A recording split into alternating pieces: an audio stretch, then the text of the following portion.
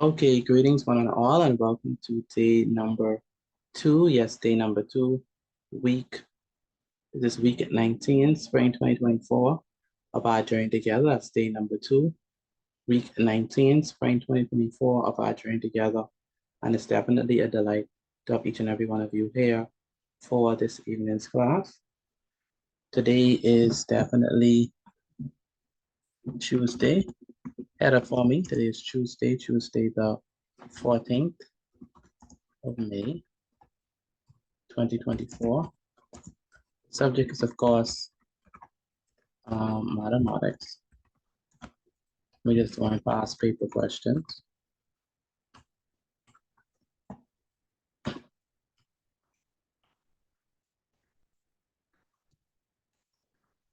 All right, so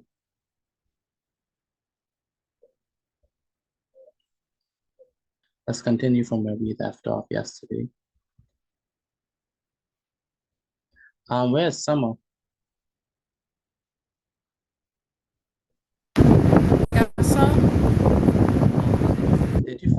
Did you finish the paper from yesterday?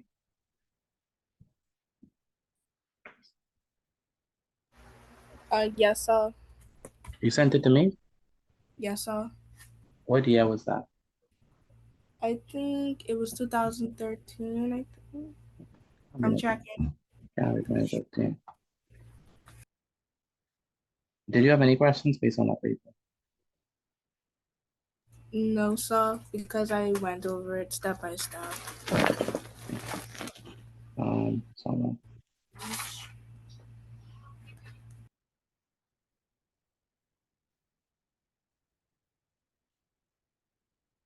I sent you that yesterday, or no? Wait, you No, didn't sir. you didn't send me your work. Not. I wasn't on class yesterday. I thought you mistaken it for saying last week. Oh, okay. You was in a class yesterday? No, sir. Okay, so let me see. What did I give you last week? That was integers, irrational numbers. Okay, I see. That had to been 2018. Okay, so I need to send you 2017 then. So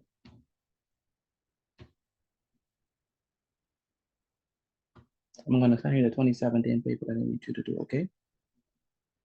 Yes, sir. Okay, good.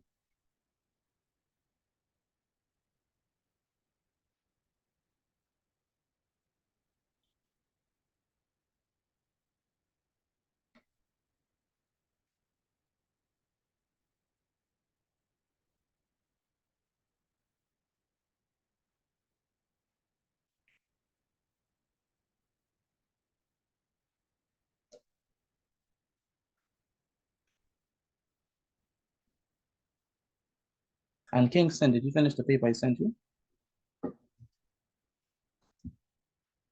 No, sir. I on number 17. Okay. All right, no problem. And who else on this? I think we're good now. Okay, so let's continue from yesterday. Do you see it, Selma? Yes, sir. Okay, so let's move on. I need you to work on that, and if you have any questions on it, do not hesitate to ask. All right, so we're gonna begin with a geometry question, and with this question, we have to remember our geometry rules. So I need you to draw this picture, right? Draw this diagram so that we can get into it. So we have this image. This is a triangle, right? We have 43, 75, and C, okay? Good afternoon. Good afternoon. And we're trying to figure out what is the angle of a B, all right?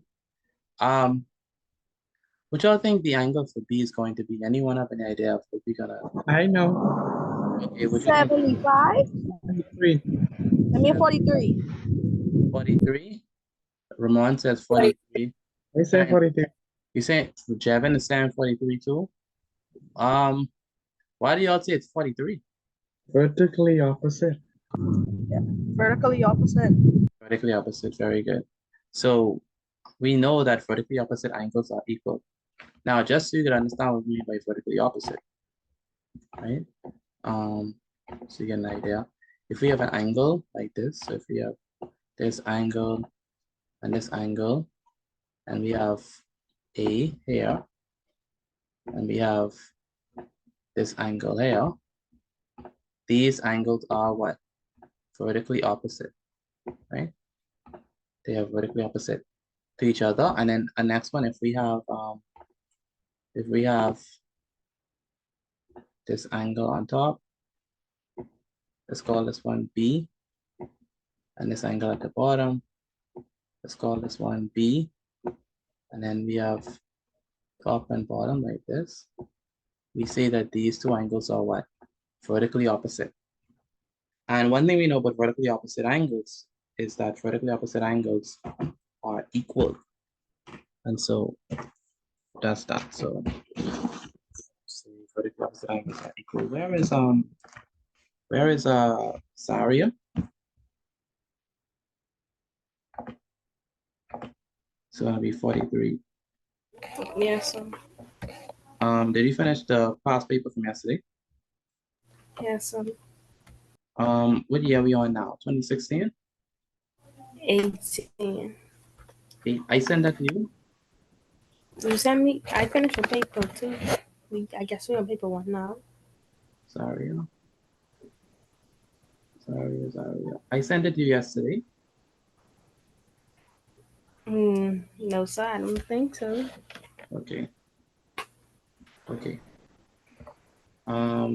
So the last paper you did was what year? 2018. Paper two. Paper 2. And you haven't done 2018 paper 1 yet. No, sir. Okay, so let me send you pen 2018 paper 1 then. So again, B is equal to 43, and the reason why B is equal to 43 is because, let me write it on the side. The reason, okay. What's the reason, class? Vertically opposite. Vertically what? Opposite angles are Equal. equal. So the reason is that vertically opposite angles, vertically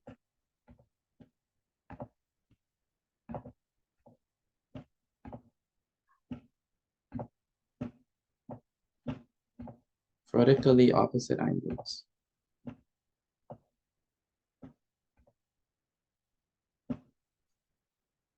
Vertically opposite angles are equal. So B is equal to 43, right? Because 43 is the measure of the angle that is vertically opposite to B. So the reason is vertically opposite angles are equal.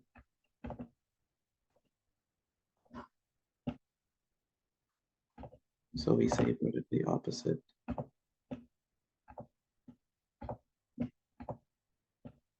angles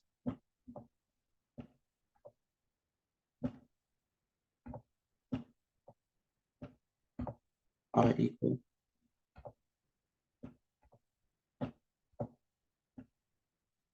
Okay, China, what is the measure of angle B and Y?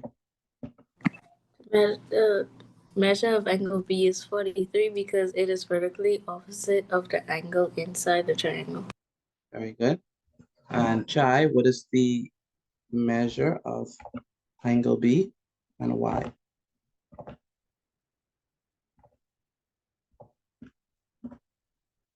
Chai?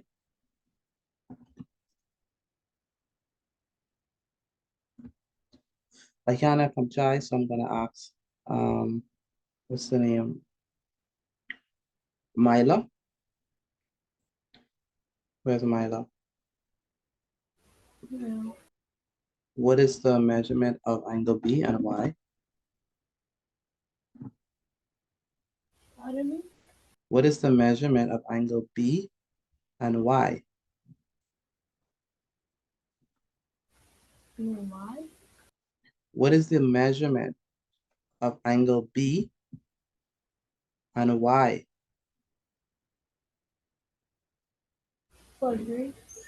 Okay, what's the reason?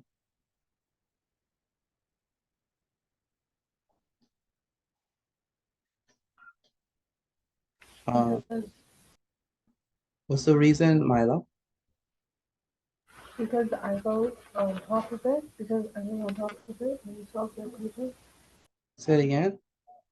because of the angle on top of it, like when you solve when you solve the equation. No, you're not. Do you understand why they are equal? Be honest. I'm trying, but like not completely. Not completely. Okay. Let's say that. Don't just guess along. So the reason is because if you look at the two angles, right? So I'm talking about angle B. Okay, if you look at angle B, right? And you see that, okay, you see that B and this angle, right? They are what we call vertically opposite angles, right? Which Yes, means sir. that they are opposite each other vertically, okay? And whenever you have two angles that are opposite each other vertically or horizontally, like how A is, so it could be like B and B or A and A. Once they are opposite each other, we call it vertically opposite angles. And the rule is that vertically opposite angles are always equal to each other. So that means that if this is 43, then what must B be? 43 also, It must also be 43. because You they're understand? vertically opposite. Yes, Exactly. sir. So let me Thank try you. this again. What is the measurement of angle B and Y? 43 degrees because they're vertically opposite. Thank you. And Malik, what is the measurement of angle B and Y? B and Y. So What is the measurement of angle B? And tell me what's the reason for your answer. the measurement of angle B is 43. So And why you say that. because vertically opposite angles are not equal You don't understand what you're saying. or equal. Do you understand what you're saying? No, so Well, just say that. So, just like how I explained it to her, if we have two angles that are opposite each other, look at B and look at 43. You see them? You see B and 43, right? Malik? Malik? Oh, I think we lost Malik. yes, sir. Yes, sir. I see them, sir. You see them? B and 43? Now, they are Yes, opposite sir. each other, right? We call them Yes, vertically sir. opposite angles. Now, the rule is that whenever we have two angles that are opposite each other like this, that are vertically opposite, they are automatically equal to each other. That means that if we know that this one is 43, what must B be? The other one must also be 43. Very good. And so that's why we say vertically opposite angles are equal. You understand that now? Yes, sir. Yes, sir. I understand now. Good. Um, where's Zaria?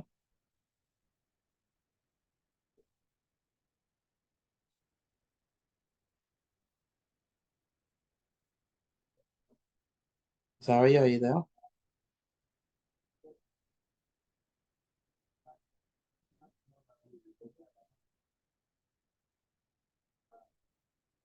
Zaria? Where's Zaria?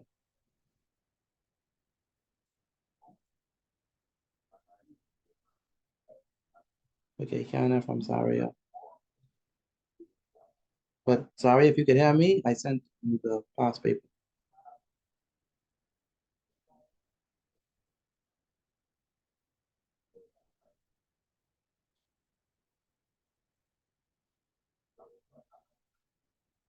Okay, so let's move on to angle C. Anyone have an idea of how we're gonna figure out angle C? Yes, sir? By adding Besides Ramon and Jeff, because y'all look like y'all wanna take over this class. Besides y'all two. you add them and then subtract. Subtracted by 180. I don't know what you mean by them. Add what? Add 43 degrees plus 75 degrees, which And is then- 118. And then do what with it? Then you subtract it by 180, you get your answer. Why would we do that? Why? Why? What's the reason? They're vertically opposite. No, definitely not. Does anyone want to help her? She has the right idea, but why? Why would we do that? Because we're solving for Because the, Go ahead, China. because the whole triangle equal 180 and we only missing one side. So if you add 75 plus 43 and subtract it by 180, then you can get the missing side. Mm-hmm. Very good. So she raised a very good point. Okay. So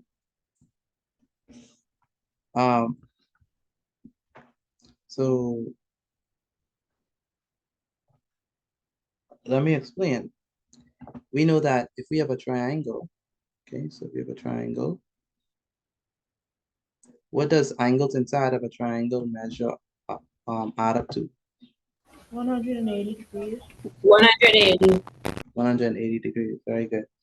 So if we know the angles inside of a triangle add up to 180, that means that if we're trying to get C, we have to do what? We have to add. So we're trying to get C. 43 plus 75 and subtract your answer from 180. Who said that? Milo. Milo. Okay, you sounded different. So in order to get C, we had to first add. Okay. So we're gonna add 75, right? Plus 43 degrees.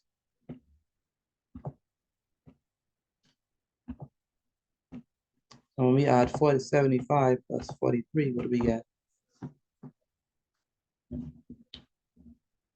We get what?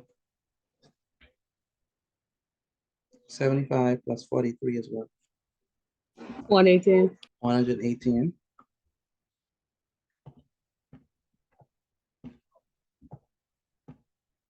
And then we have to subtract, right? So we have to subtract.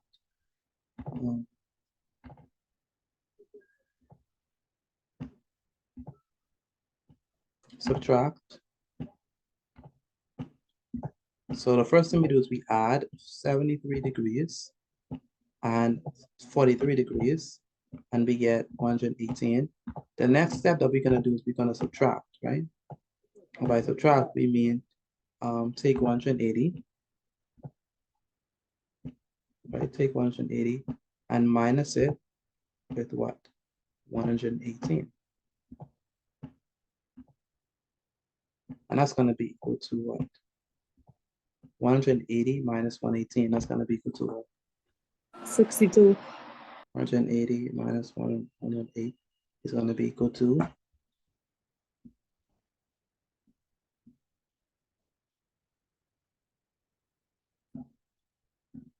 62 degrees.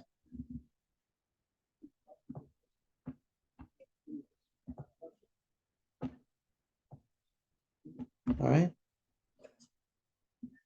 So 75 plus 43 is 118, and 180 minus 118 is 62.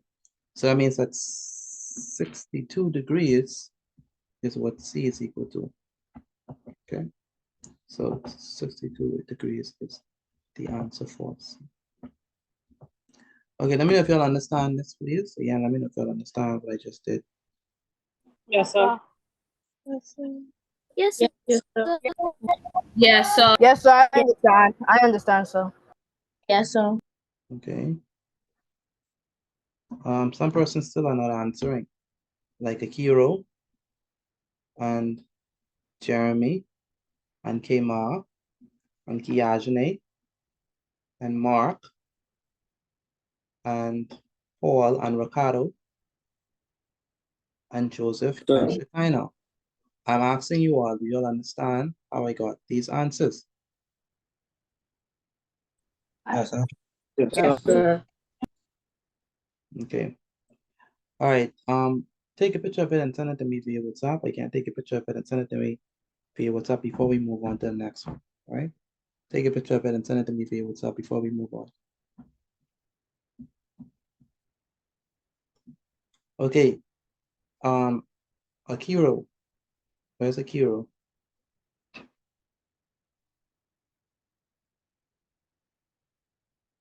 Akiro, can you hear me?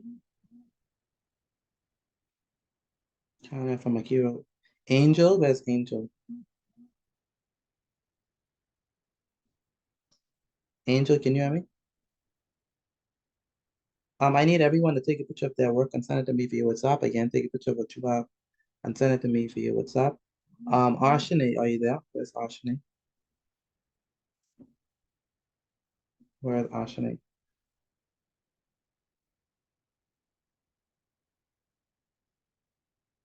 Can't have from Ashane.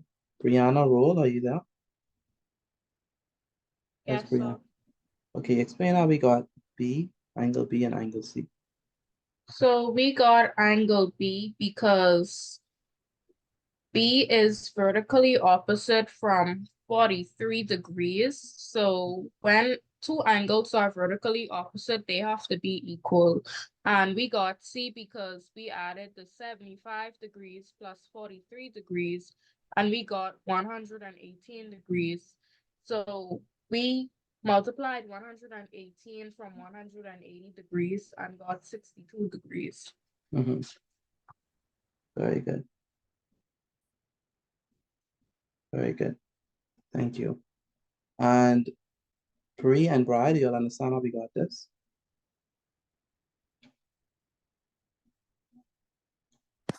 Yes, sir. Okay. That's only Bride. I need Bree to answer. Yes, sir. Okay. And China, you understand this, right? Yes, sir.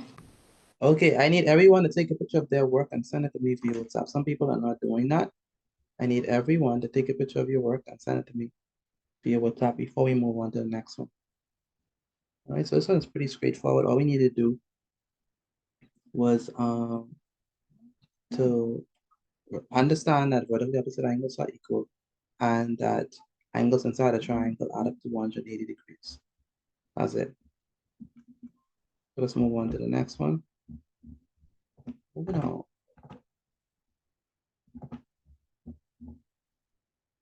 on. Where is Zaria?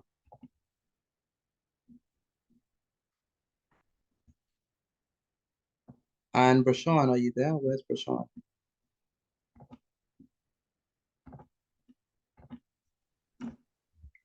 So, Okay, what are you working on? What are I'm you working finishing on? up the 2017 paper. Okay. What number you I'm on? finishing up paper 2 2017. What number are you on? Number What number? 14. What number are 14. you on? Number 14? Okay. What is number 14? Yeah, hello? What is number 14? What is number 14? That's the product rate in time Product rate and time. and Sure. percentages. Yeah. Oh, okay. Oh, the calculate how much Mr. Ferguson will have to pay if his house sustained $53,000, $53,700 worth of damages. Okay. Not No product problem. rate time. I mean, not product rate time. That's Okay. percentage. Yes, sir. Okay, Taya, can you read number 8 for me, please? Travis? Travis and Riley have a nice. Come on, Teo. Half of my screen isn't there. Like we're showing the options to click. It blurred out the other half. Okay, it's no problem. Let me let Brianna, can you read this question? Read the whole question. The whole thing. Travis and Bradley share 140 baseball cards in the ratio 4:3. Calculate the amount of cards Travis receives. Bradley receives 2/3 of his cards to Dustin. Wait, Bradley gave 2/3 of his cards to Dustin. Calculate the amount of cards Dustin received. Very good.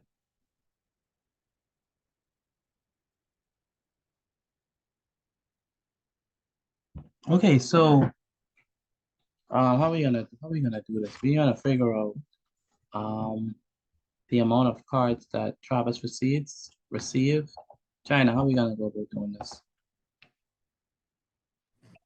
We have to do 4/7 times 140 over 1. Oh, that's how you're doing it. No, I don't want to do it like that. Let me see what's I could ask. Does anyone else want to try? How are we gonna figure this out? What do we have to do? I'd like to try. Go ahead, say again, I think. That's something right. We're gonna find one equal part by adding 4 plus 3, and then dividing 140 by the product of 4 plus 3, You mean the sum. the sum. Okay, very good. So we have to first find what is one equal part. So let's do that. So one equal part. So the first step in answering this question is that we need to figure out what is one equal part.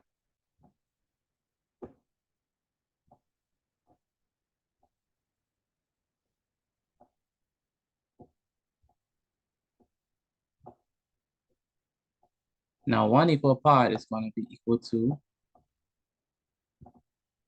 140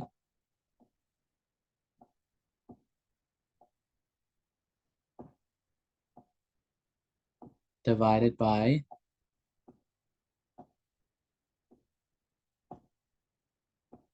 the sum of 4 plus 3. And what is 4 plus 3? 7. 4 plus 3 is 7. Very good. So that means that one equal part is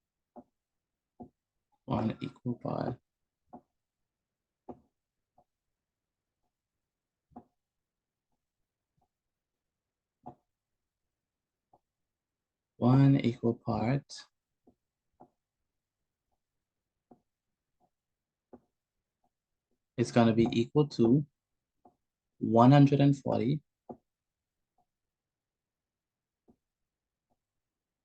divided by, again, what is 4 plus 3?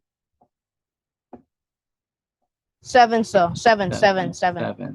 Very good. And so that means that we have one equal part is going to be equal to what is 140 divided by 7. What is that? 20. Say it again. 20. 20. Yes, sir. Okay, so one equal part.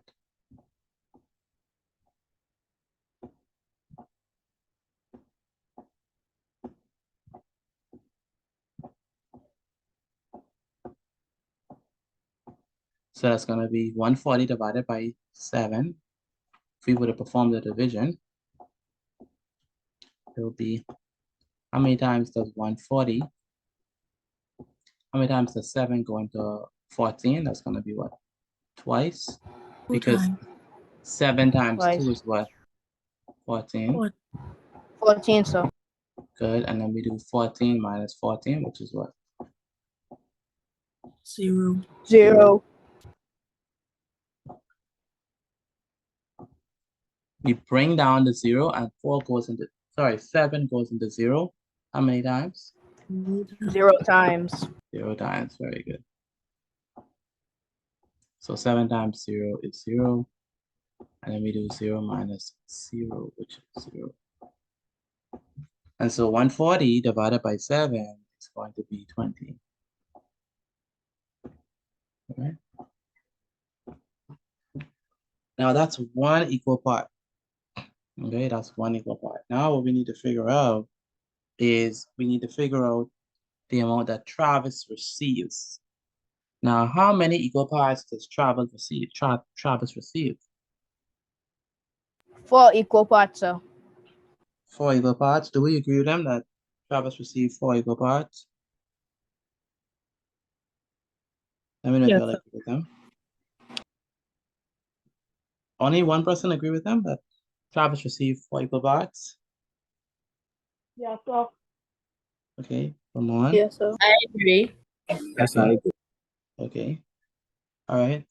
And y'all right, because Travis, right, is the one that comes first, right? That's the name that comes first. And so we obviously are reading this respectively. So that means that he is going to be the one that has 4 equal parts. So 4 equal parts. So we're looking at. So Travis accounts for 4 equal parts. So if you're trying to find Travis's share, right? So the amount of cards for Travis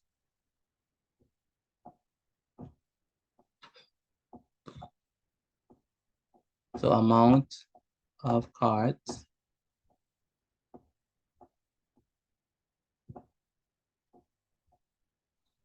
cards Travis receives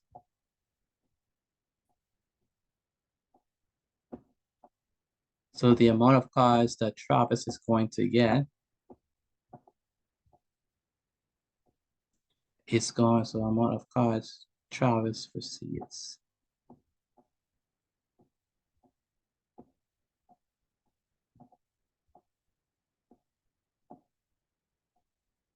The amount of cards Travis receives is going to be equal to how many times 20?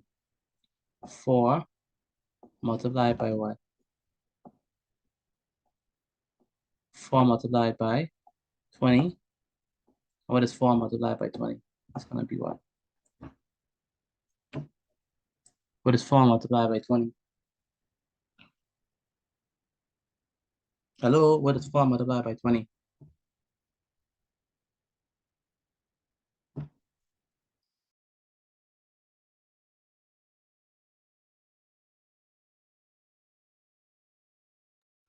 Can y'all hear me still? yes, sir. Yes, sir. Yes. Yes, sir. Okay, Yes, sir. I was saying, what is 4 multiplied by 20? 80. 100. 80, sir. 80, sir. Oh, I had to catch myself. I was thinking about 25, not 20, sir. yeah. So 4 multiplied by 20 is going to be 80. So the amount of cards that Travis receives is going to be what? 80 cards. 80 cards. Do you understand how you got that for part A, 8A? Yes, sir. Yes, sir. Yes, sir. Yes, sir. I understand. Understand? Okay. Malik, explain how we got 80 for our answer. Yes, sir. I will. The question reads, Travis and Bradley share 140 baseball cards in the ratio 4-3. Calculate the amount Travis receives. First, we got to find the equal part. And how we do that is by taking the amount from the question asked, and then we got to divide that by the two numbers that were given. But first, we need to add the two numbers. The first equal part shows 140 divided by brackets, open brackets, 4 plus 3, close brackets. Then the second equal part shows that we have added the two numbers. the ratio. So it now shows 140 divided by 7. The last equal part shows 20, and how we got that 20 is by subtracting 140 times Not 7. subtracting, not subtracting. No, dividing, so dividing. Okay. And so now it says the amount of cards Travis receives. Mhm. And how we get that is by looking at the names and which one came first. The names represent the numbers. And Mhm. since Travis came first and 4 also came first, Mhm. that'll be we're gonna multiply that by 20, which Mhm. then gives us 80. So that's telling us that Travis receives 80 cards, right? Yes, sir. Very good. All right, the rest of us, do we understand that? How we got 80? Yes, sir. Yes, Okay. sir. Yes, sir. Okay, good. Let's Yes. move on to the next question. Jevin, can you read the next question for me? Bradley gives 2/3 of his Yes, cards sir. to Justin. Calculate the amount of cards Justin received. Very good. So Bradley gave 2/3 of his cards to Justin. Calculate the amount of cards Justin will get. So the first thing we need to figure out is like how many or how much cards did Bradley get? We know how much cards did Travis get. That's what we figured for the first one. But how many cards did Bradley get? Anyone have any ideas of how we're gonna do that? Do we do 2/3? He got 60 cards, so Why you think he got 60? we do the same thing we did for Travis, but instead of 20 times 4, we do 3 times 20, which then gives us 60. Very good. So the amount of cards that Bradley received. So Bradley, you can say amount of cards.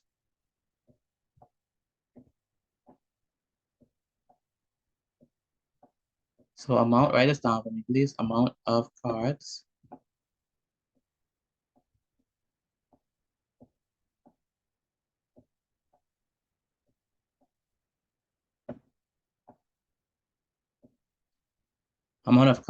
for Bradley.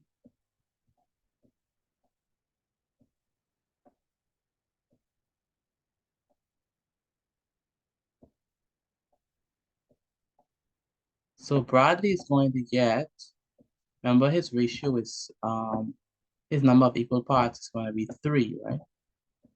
So number of cards for Bradley is going to be equal to 3 times 1 equal part. And that 1 equal part is what, 20? And 3 times 20 is going to be what? 60, sir. 60, very good. So that means that the amount of cards Bradley received was 60 cards. So Bradley received 60 cards. China, are we done with this question? Bradley received 60 cards. We done, right? No, sir. No? What we have to do next? Then they ask us to calculate the amount of cards Justin received now. Yeah, they want us to figure out the amount of cards Justin received. How many cards did Justin receive based on the question? 2/3 of Bradley's card. Very good. Very good. 2/3 of Bradley. And we know Bradley is what, 60. So it's going to be 2/3. When we hear of, what does of mean? Times. Of means multiplication. So we have 2/3.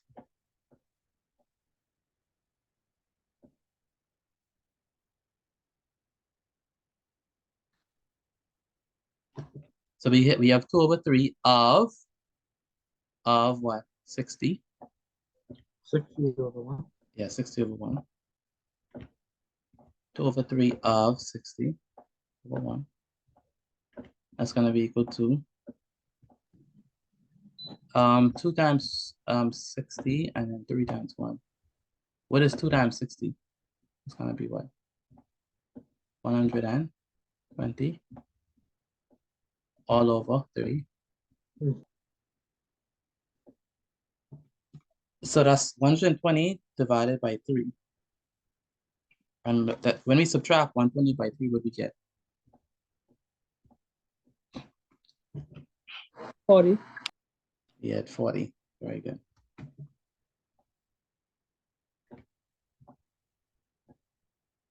So that means that 2/3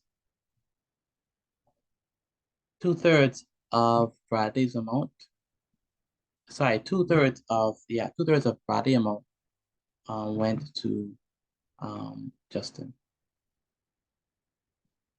So the amount of cards for Bradley is 60. The amount of cards for Justin is going to be 2/3 multiplied by 60 because it's 2/3 of Bradley's cards. So the answer is going to be 40.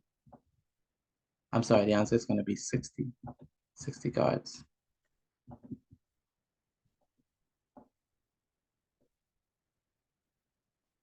All right, so the answer here is going to be 60 cards.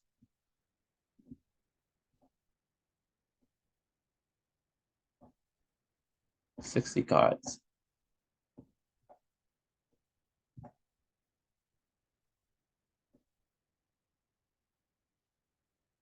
So 60 cards is the answer. All right, let me know.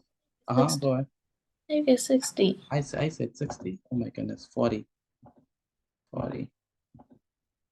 40 because 60 is for 60 is for Bradley. 40 is the answer. Okay. All right. Do we understand how we got this? Yes, sir. Yes, sir. Yes, sir. Yes, sir. Yes, sir. Yes, sir. I do. Yes, sir. I need everyone to respond, please. You all understand how I got this answer? Yes, sir. Okay. Akiro.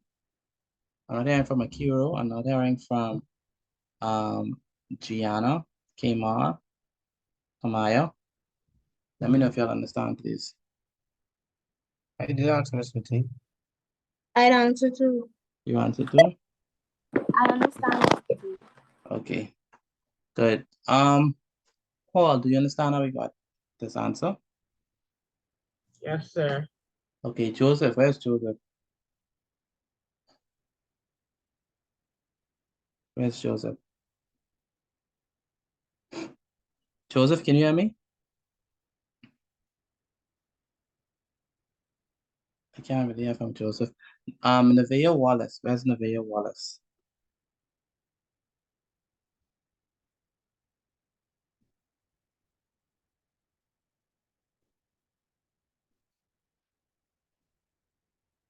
Can't hear from Nevaeh. So Paul, can you hear me? Yes, sir. Explain how we got B, how we got the amount of cards for Justin. You multiply first you have to multiply 3 by 20, which gives you 60. And then you turn the 60 into a fraction. And then you use 2/3 multiplied by 60/1. Mm-hmm. And then you multiply 60/2, which gives you 120. And multiply 3 by 1, which gives you 3. Uh-huh. And then you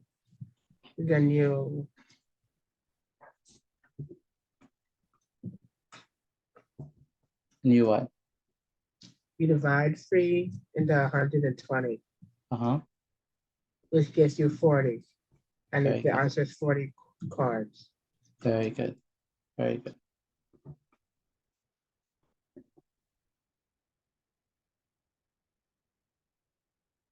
All right, so the answer is 40. What I need y'all to do is take a picture of your work and send it to me via WhatsApp. Everyone needs to do this. Take a picture of your work and send it to me via WhatsApp. Again, take a picture of your work and send it to me via WhatsApp so we can continue with this. Again, take a picture of your work and send it to me via WhatsApp.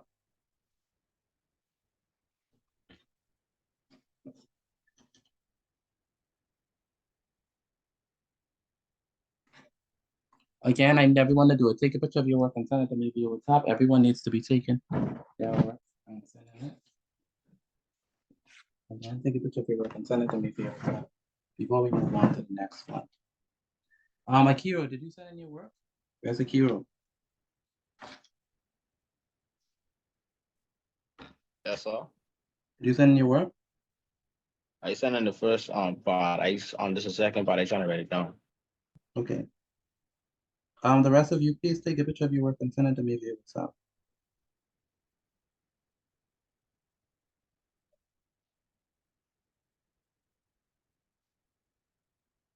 Myla, you understand how we got this answer? Yes, sir. Okay.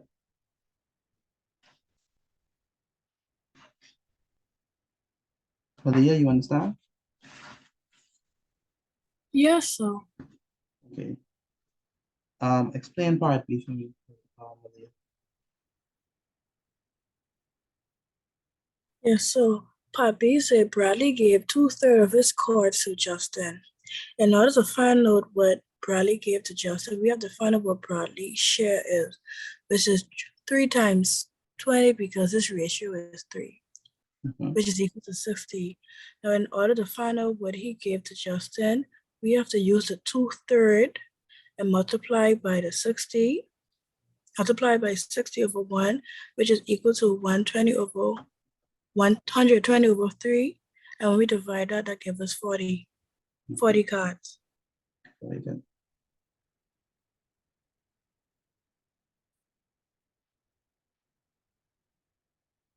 All right, let's move on to the next question. Again, let's move on to the next question.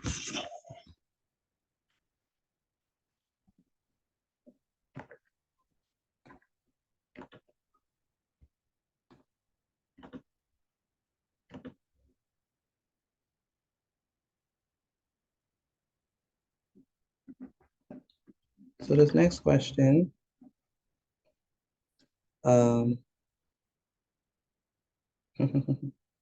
remember these questions. Okay, so this next question is, anyone remember hire purchase? Yes, sir. Yes. Yes, sir. Okay, we did that a while back.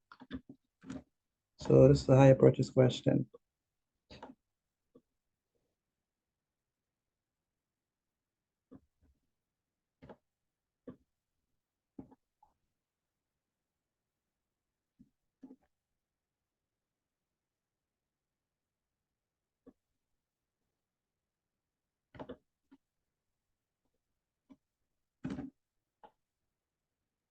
Kiajne, can you hear me? Where's Kiajne?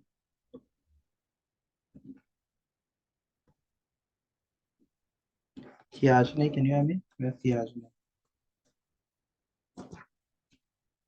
Kiajne, Mark, can you hear me? Where's Mark? Canada from Mark. Okay, Kiajne, oh, I see your answer, but I need you to talk into the mic. Gianna, can you hear me? Where's Gianna? Sir? Good. Can you read the question? Question number 9.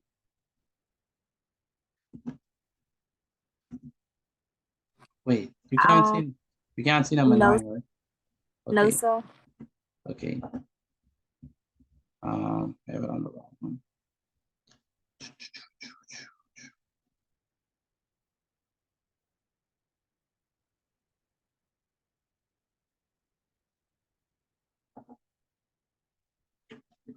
Okay, you should be able to see it now.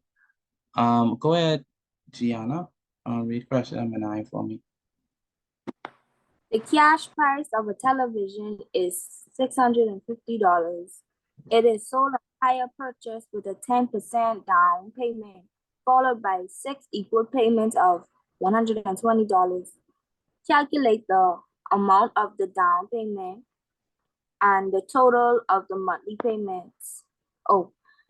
And the total cost of the television on higher purchase plan and amount saved by paying cash. Very good. Gianna, how are we gonna figure out the amount of the down payment? What is the down payment based on the question? How much percent is the down payment? 10%. 10%. So if we want to figure out the down payment, what are we gonna do, Gianna? Multiply 10% by $120. No, by the cash price. What is the cash price? $650. Yeah, so we're gonna multiply 10% by 650, right? Right? Gianna? Yes, sir. Okay, good. Yes, Ramon.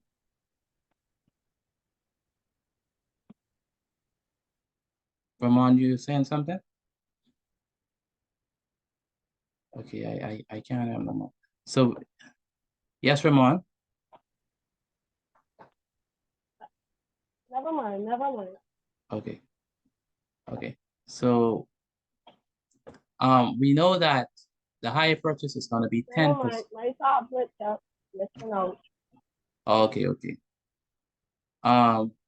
So we know that the down payment is gonna be 10%, right, of the cash price. Gianna, what is how do we write 10% as a fraction? It's gonna be what? 10 over 100. Very good. 10 over 100. Right? 10 over 100 multiplied by what? $650 over 1. $650 over 1. Okay.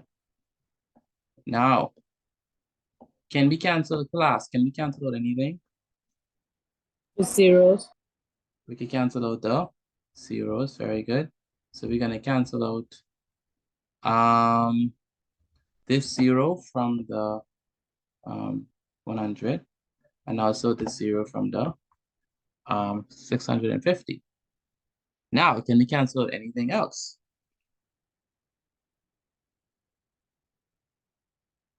Can we cancel out anything else? Say it again. 0 on the 10. Very good. The 0 and the 10, and what else?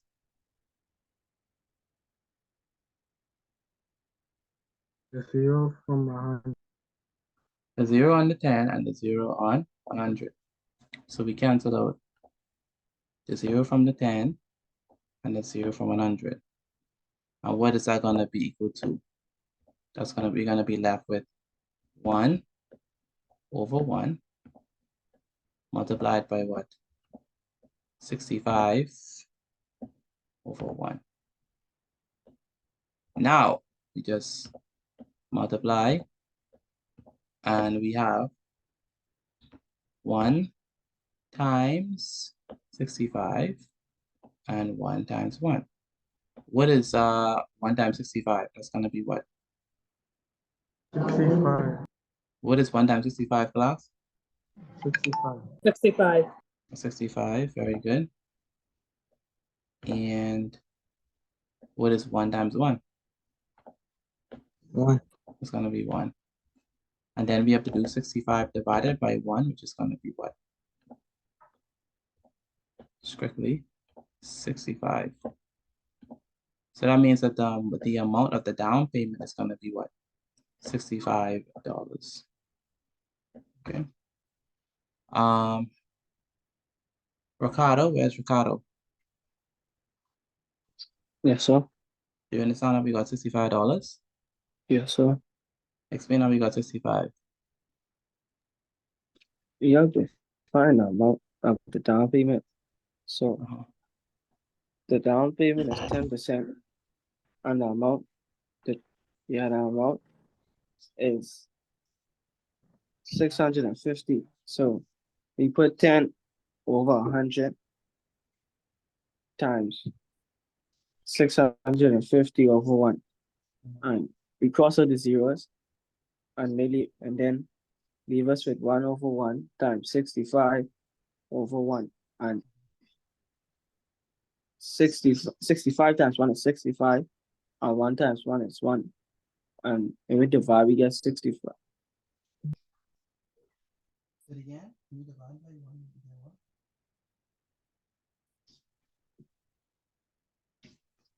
Again, Ricardo? I think you were saying when we divide, so Ricardo, can you hear me now? Yes, sir. What happens when we divide 65 by 1? We get 65. Very good, we get 65.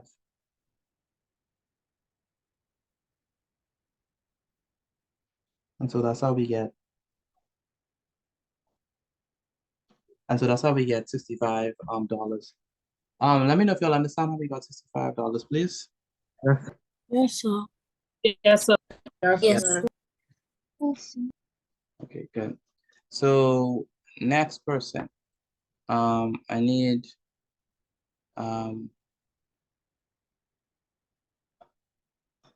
Kamaya Ferguson.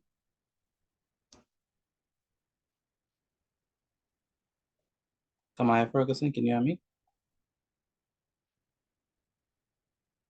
I can't hear from Kamaya for some reason. KC, can you hear me? Yes, sir. I need to know how we get the total amount of the down payment. How are we gonna get that?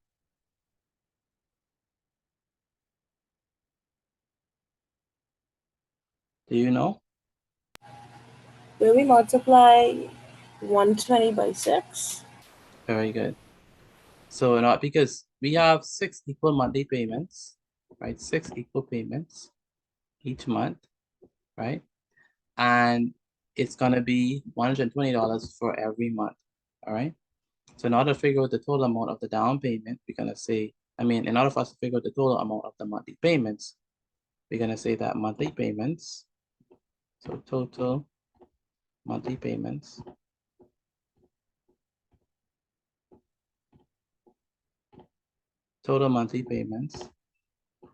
What are we gonna multiply, class, to get the total monthly payments? 6 times 120. Very good, 6 times 120. So total monthly payments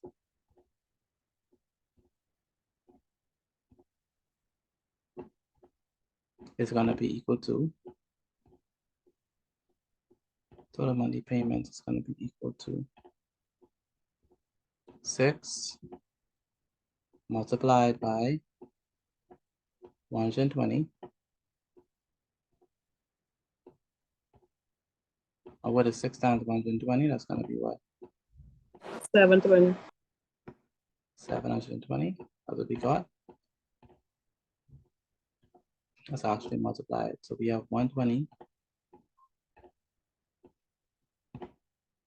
multiplied by 6. All right, what is 6 times 0? That's gonna be what? 0. What is 6 times 2? 12.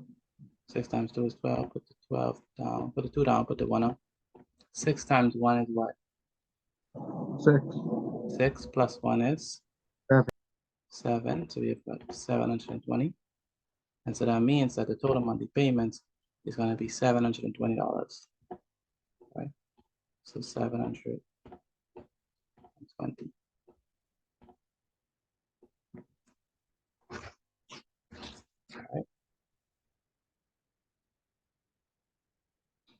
All right, good. Brianna, how do we get the total monthly payments?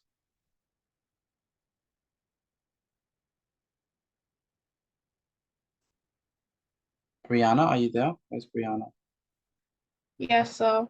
How do we get the total monthly payments? We multiplied the 6 equal payments by 120 and we got $720. Very good. Jeremy, you understand that? Where's Jeremy?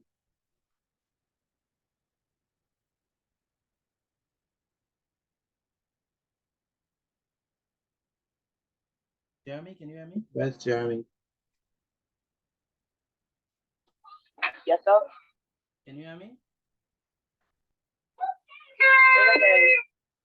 Yes, I want to know, how did we get the total amount of the monthly payments? How did we get that?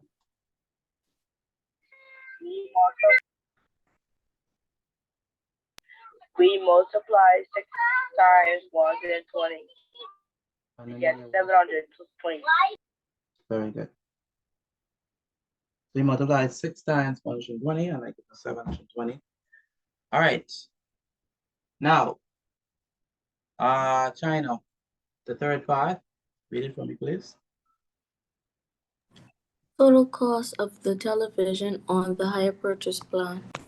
Very good. If you want to figure out the total cost of television on the higher purchase plan, what must we do?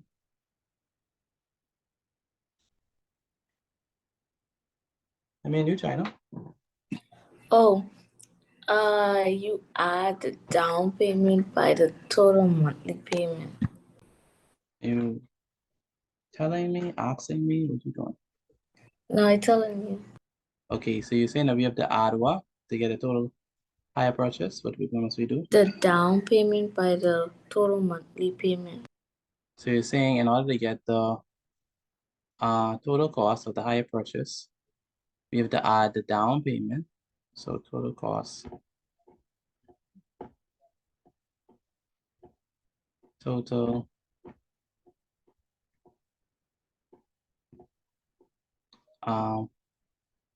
costs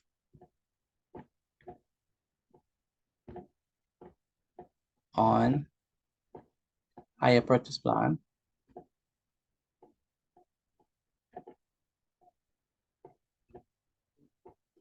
So we're trying to figure out what is going to be the total cost on the higher purchase plan.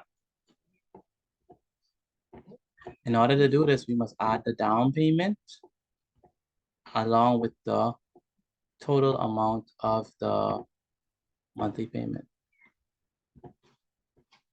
Higher purchase plan.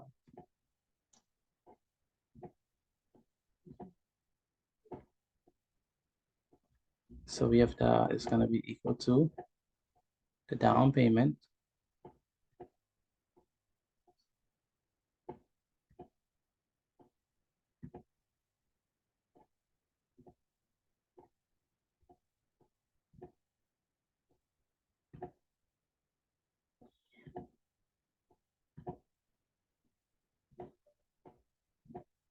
plus, right, the total monthly payments we just figured out.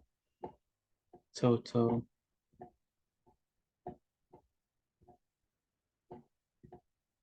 monthly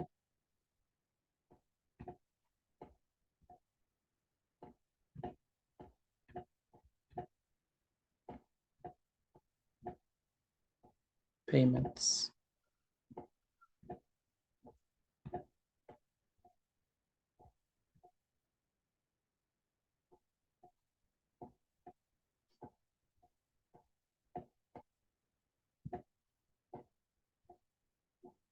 So we have to add the down payment plus the total monthly payments.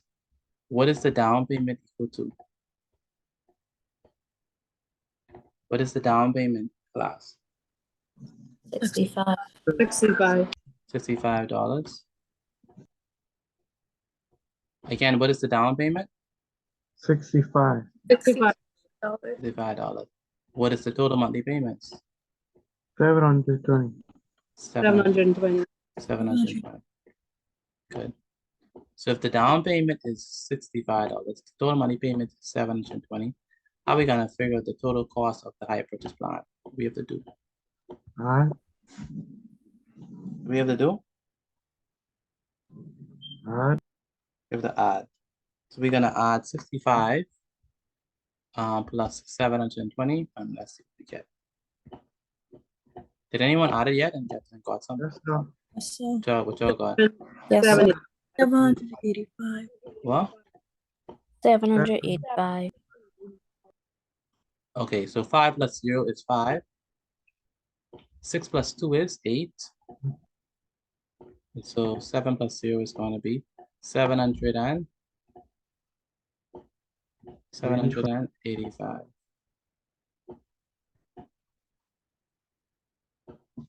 Okay. So 665 plus 720 is gonna be 785. All right, let me know if y'all understand this, please, before I move on. Let me know if y'all understand this Yes, sir. before I Yes, move sir. on. Yes, Yes. sir. Yes, sir. Okay. Rai, can you explain how we got the total hire purchase plan, Rai? To get the total cost on the hire purchase plan, we took the down payment and added it with the total monthly payments, which is $65 plus $720, which is $785. Very good. And Bree, can you explain how we got the total cost on the hire purchase plan?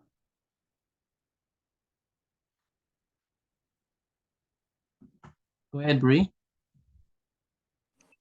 Yes, sir. Total cost on hire purchase plan equals down payment plus total monthly payments equals $65 plus $720. And when we add that all up together, we get 785.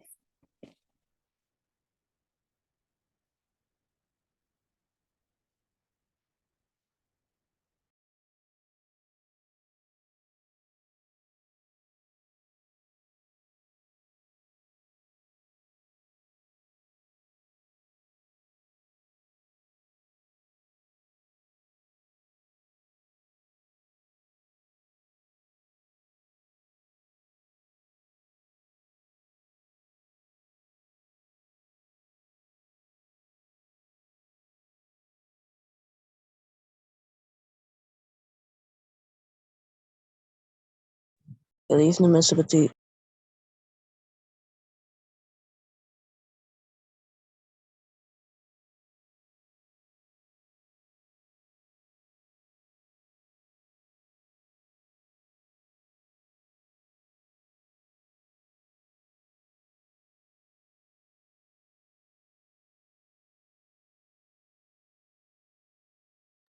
Yes, Ajani, can you hear me? Ajani, can you hear me? Yes. Okay, what happened? You have a question? No, it's saying good evening. Okay, okay. I need you to write this down because I know that you just arrived. Okay? Yes, sir. Okay. Mr. Petit, was I supposed to read question 3 like my sister did? Yes, I need you to answer question 3. Oh, I already read it, sir. Yeah, okay, good. Thank you. This is supposed to be 785. I didn't put that. So 785. Okay, so that's the answer. Now we want to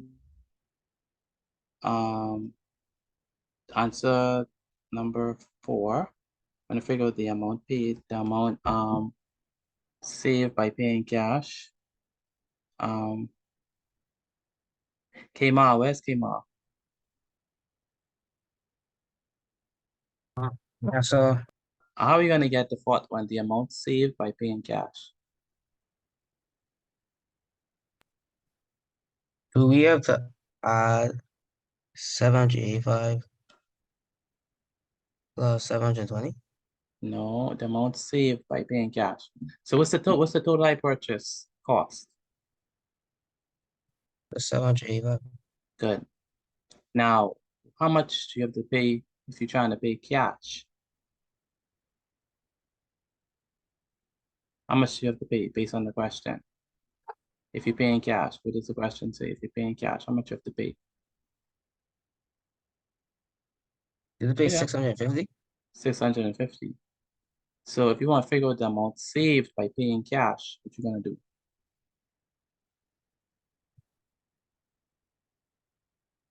You know that the higher Subtract. purchase, yes, you're gonna subtract. Subtract what? 785 by 650.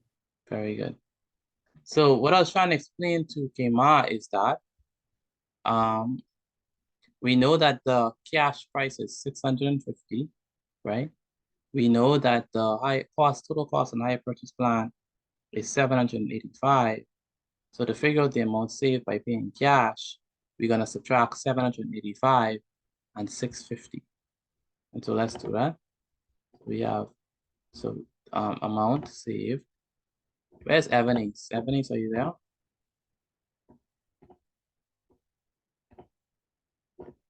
Evanese, are you there? Where's Evanese? Yes, sir.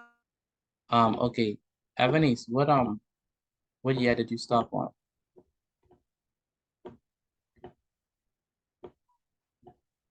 Amount saved by paying cash.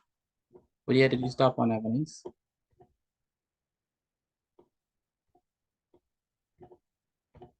Do you remember? I'm checking my book. Okay. So amount saved by paying cash, it's gonna be equal to 785, right? $785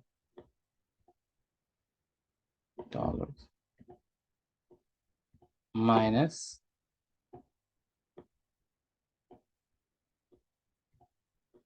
650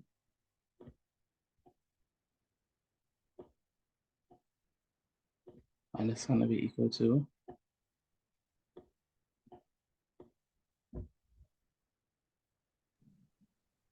135.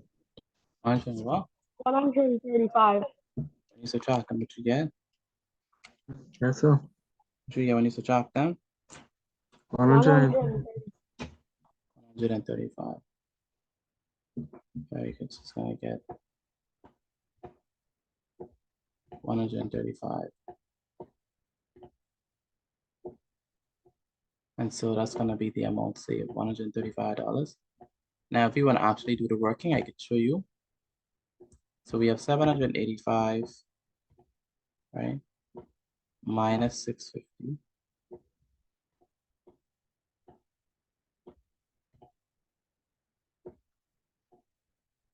We say that 5 minus 0 is gonna be 5. 8 minus 5 is 3. 7 minus 6 is 1. It's 135. All right. Do you understand this question? Let me know, please. Yes, sir. If you understand this question. Yes, sir. Yes, sir. Yes, sir. Yes, sir. Okay. Yes, some sir, I pers- understand. Some persons are still not answering, and I'm gonna call you out. If you do not respond, I'm asking how many persons understand this question. I do. Okay. I understand. Where's Mark? Mark, are you there?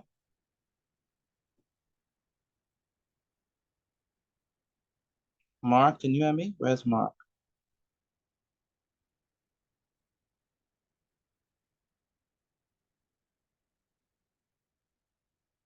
Where's Mark?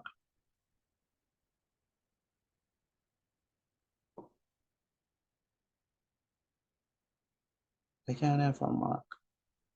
All right, what I need y'all to do is take a picture of your work and send it to me via WhatsApp. I need everyone to do that.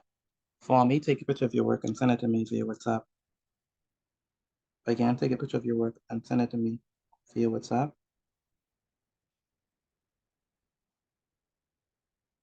Again, take a picture of your work and send it to me via WhatsApp.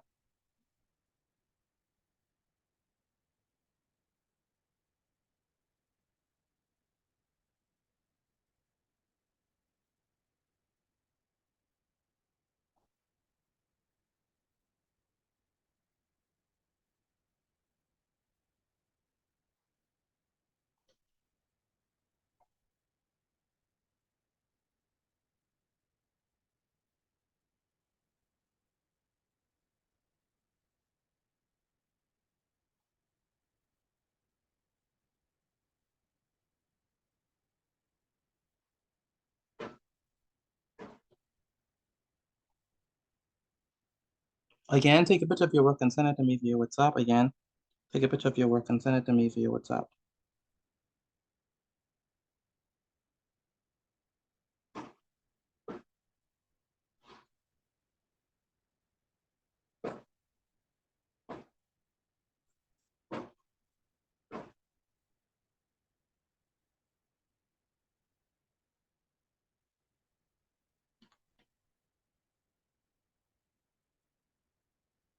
All right, have y'all sent in your work? I mean, have you already sent in the work before we move on? Yes, sir. Okay. Yes, sir. Yes, sir. Okay. Yes, sir. Yes, sir.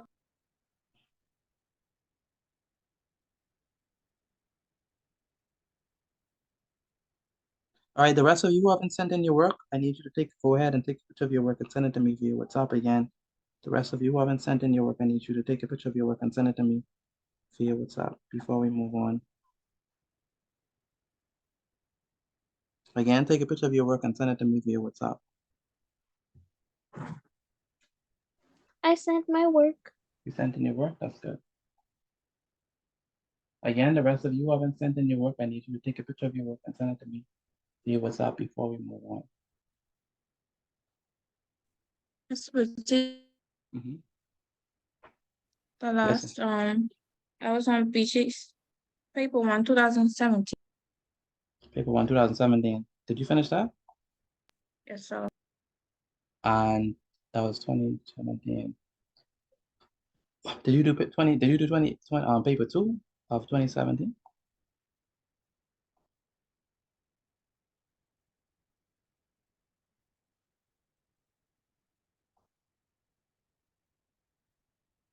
Yes, sir.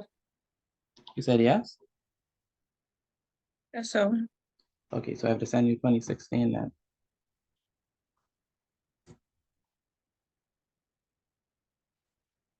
Okay. Okay, let's move on. All right, let's go.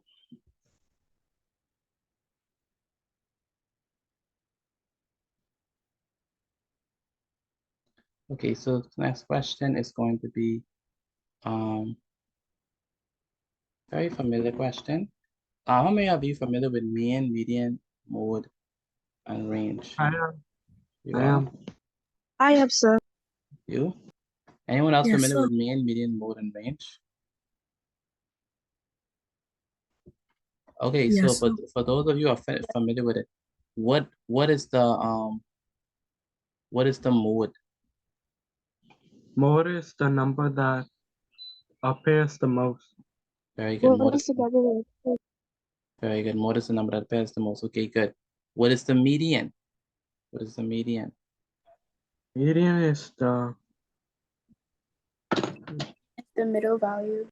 Median is the middle value. Very good. And what is the mean?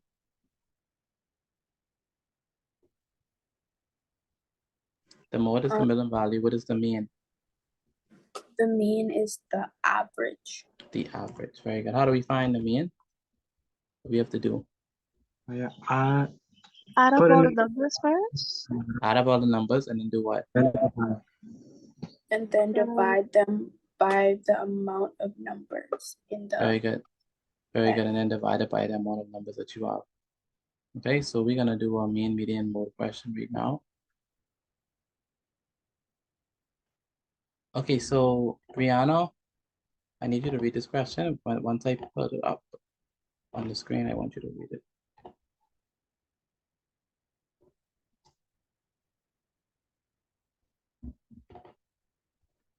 All right, go ahead. You can read it now.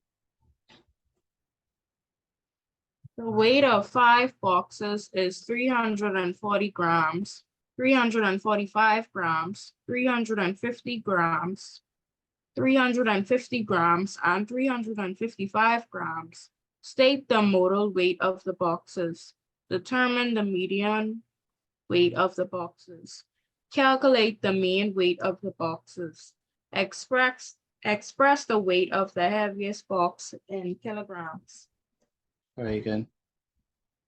So we have the first question.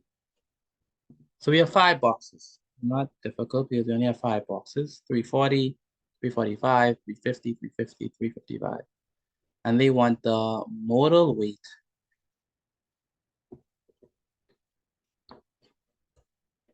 What is gonna be the modal weight? It's gonna be- 250, What's gonna be the modal weight?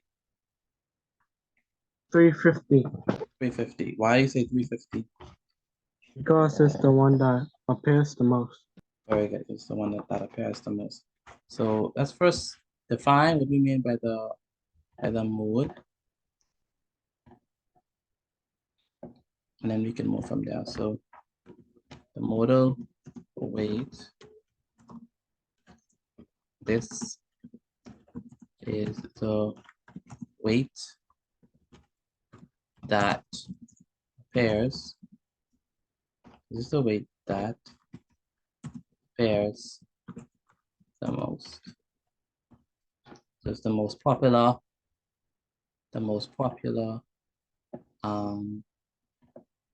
value in the data set. Okay, that's what we mean by the mode or the modal weight in this particular question. Right, so that's what we mean by the modal weight, the one that appears the most. Now, based on this question, 35 would be the modal weight because 350 would be the modal weight because 350 appears the most. All right. So let me write that down. So 350 grams would be the modal weight because it appears, it's the number that appears the most. All right. Good afternoon, Mr. Petit. I'm sorry for being late, sir. I just got on my other BJC classes. I'm gonna put the notes inside the class in the chat for you so you could be able to benefit from it. Let me do that. Let me do that now. I'm gonna post the notes inside the class, inside the chat for those persons who need it. Let me do that now. So this is the first slide. Then we went on to this one, just the second one.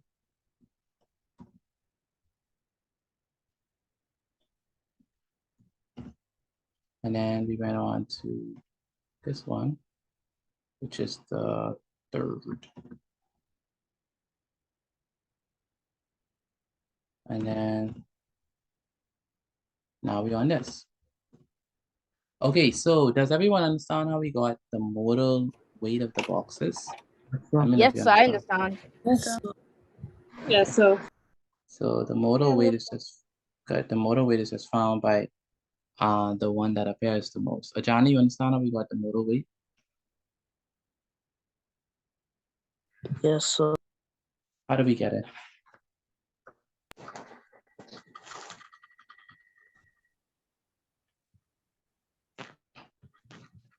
Ajani, how do we get the modal weight?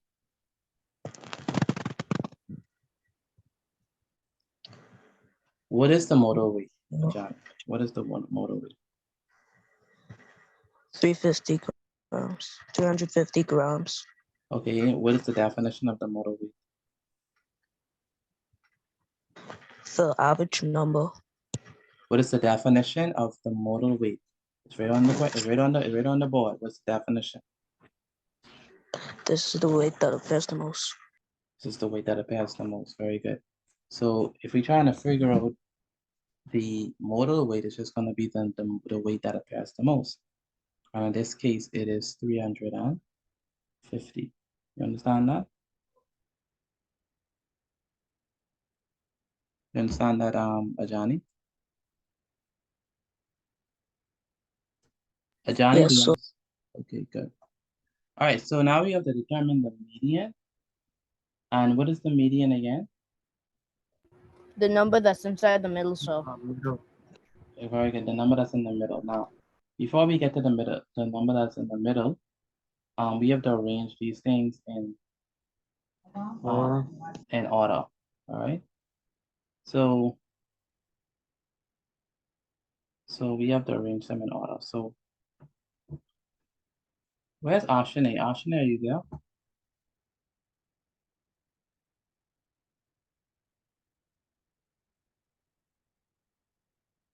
Ashane, can you hear me? Ashane? How about Bethany? Bethany, can you hear me? Copy? Yes, Ashane, one moment. I remember that, Bethany. Ashane, where are you? Yes, sir. Where's your class notes? I sent it to you. Really? You The sure you ones sent we it? did today? Yes, the one we did today. Yes, sir, I sent them. I don't see them. Yeah, I don't see Ashane. Wait, 529? No, I don't have them. I'll try resend them. I sure did. Wait, one moment. Don't resend it yet.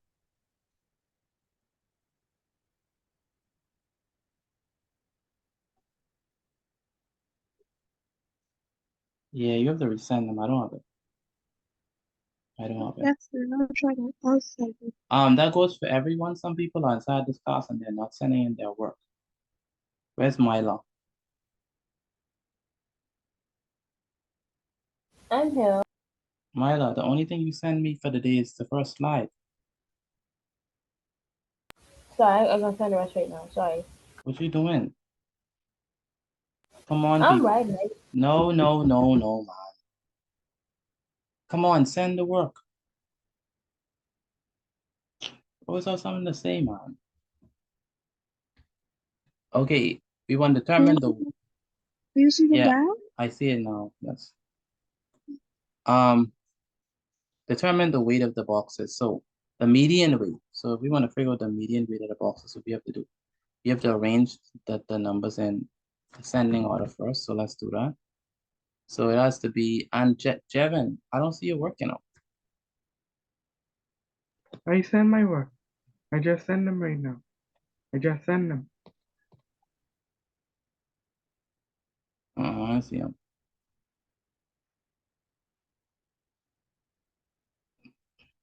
Nope, I don't have it. You have to find, you have to resend them if you did. So it's gonna be 340 grams. After 340, what's the next biggest number? 345. After that, it's gonna be what, 350. After that, it's going to be, let me keep the grams behind these. 350. After 350, it's gonna be what? So 340, 345, 350, 350. And what's the biggest one? 355, so. Very good, 355 grams. Now remember, the median is the number that is in the middle. And if there are two numbers in the middle, well, then we have to just add them and divide it by 2. So we can connect 340 with 355, connect those two. Then we're gonna connect 345 with what? 350. So what number is in the middle? 350. 350. Very good, 350 grams. And just for the record, let me just put the definition of the median. Let's put the definition of the median up there. Again, the median is 350, that's our answer. But if we want to look at the definition of the median, so the median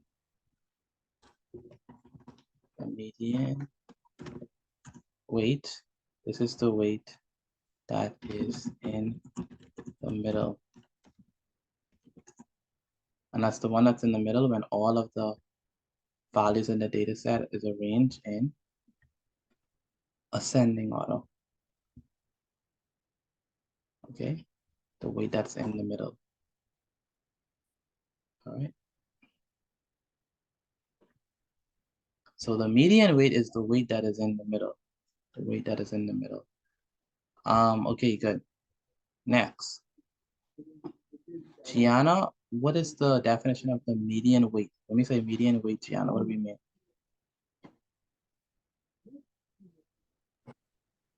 The median weight Yeah, the median weight. the weight that is in the middle. Very good, the weight that is in the middle. And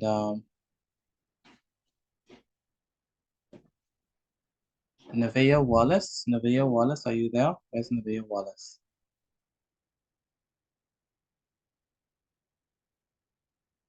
Shekinah Kalma, can you hear me?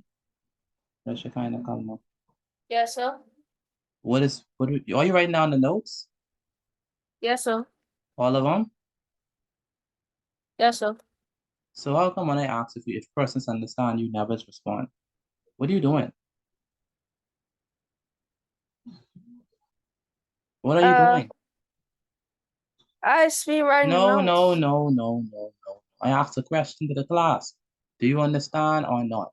And you keep your mouth closed. How am I supposed to know if you understand? So the next time I ask if you understand, you have to answer. You understand me, Shekinah?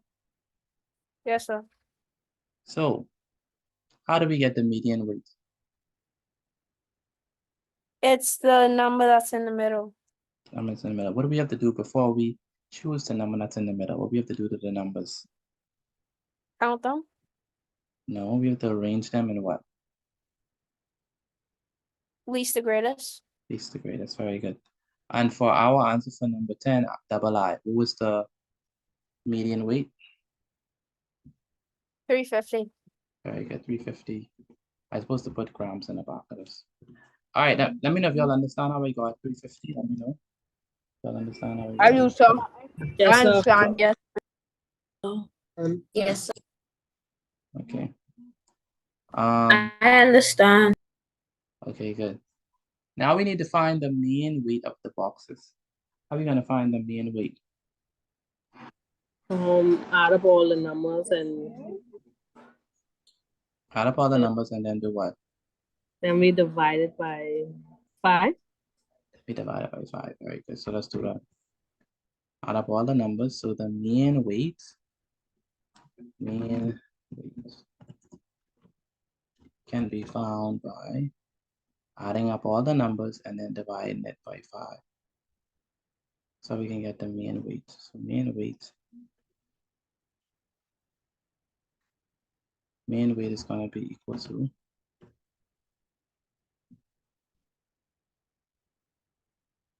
um 340 plus 345 plus 350 plus 350 plus 355. I'll add them all together. And so we're going to divide it by 5.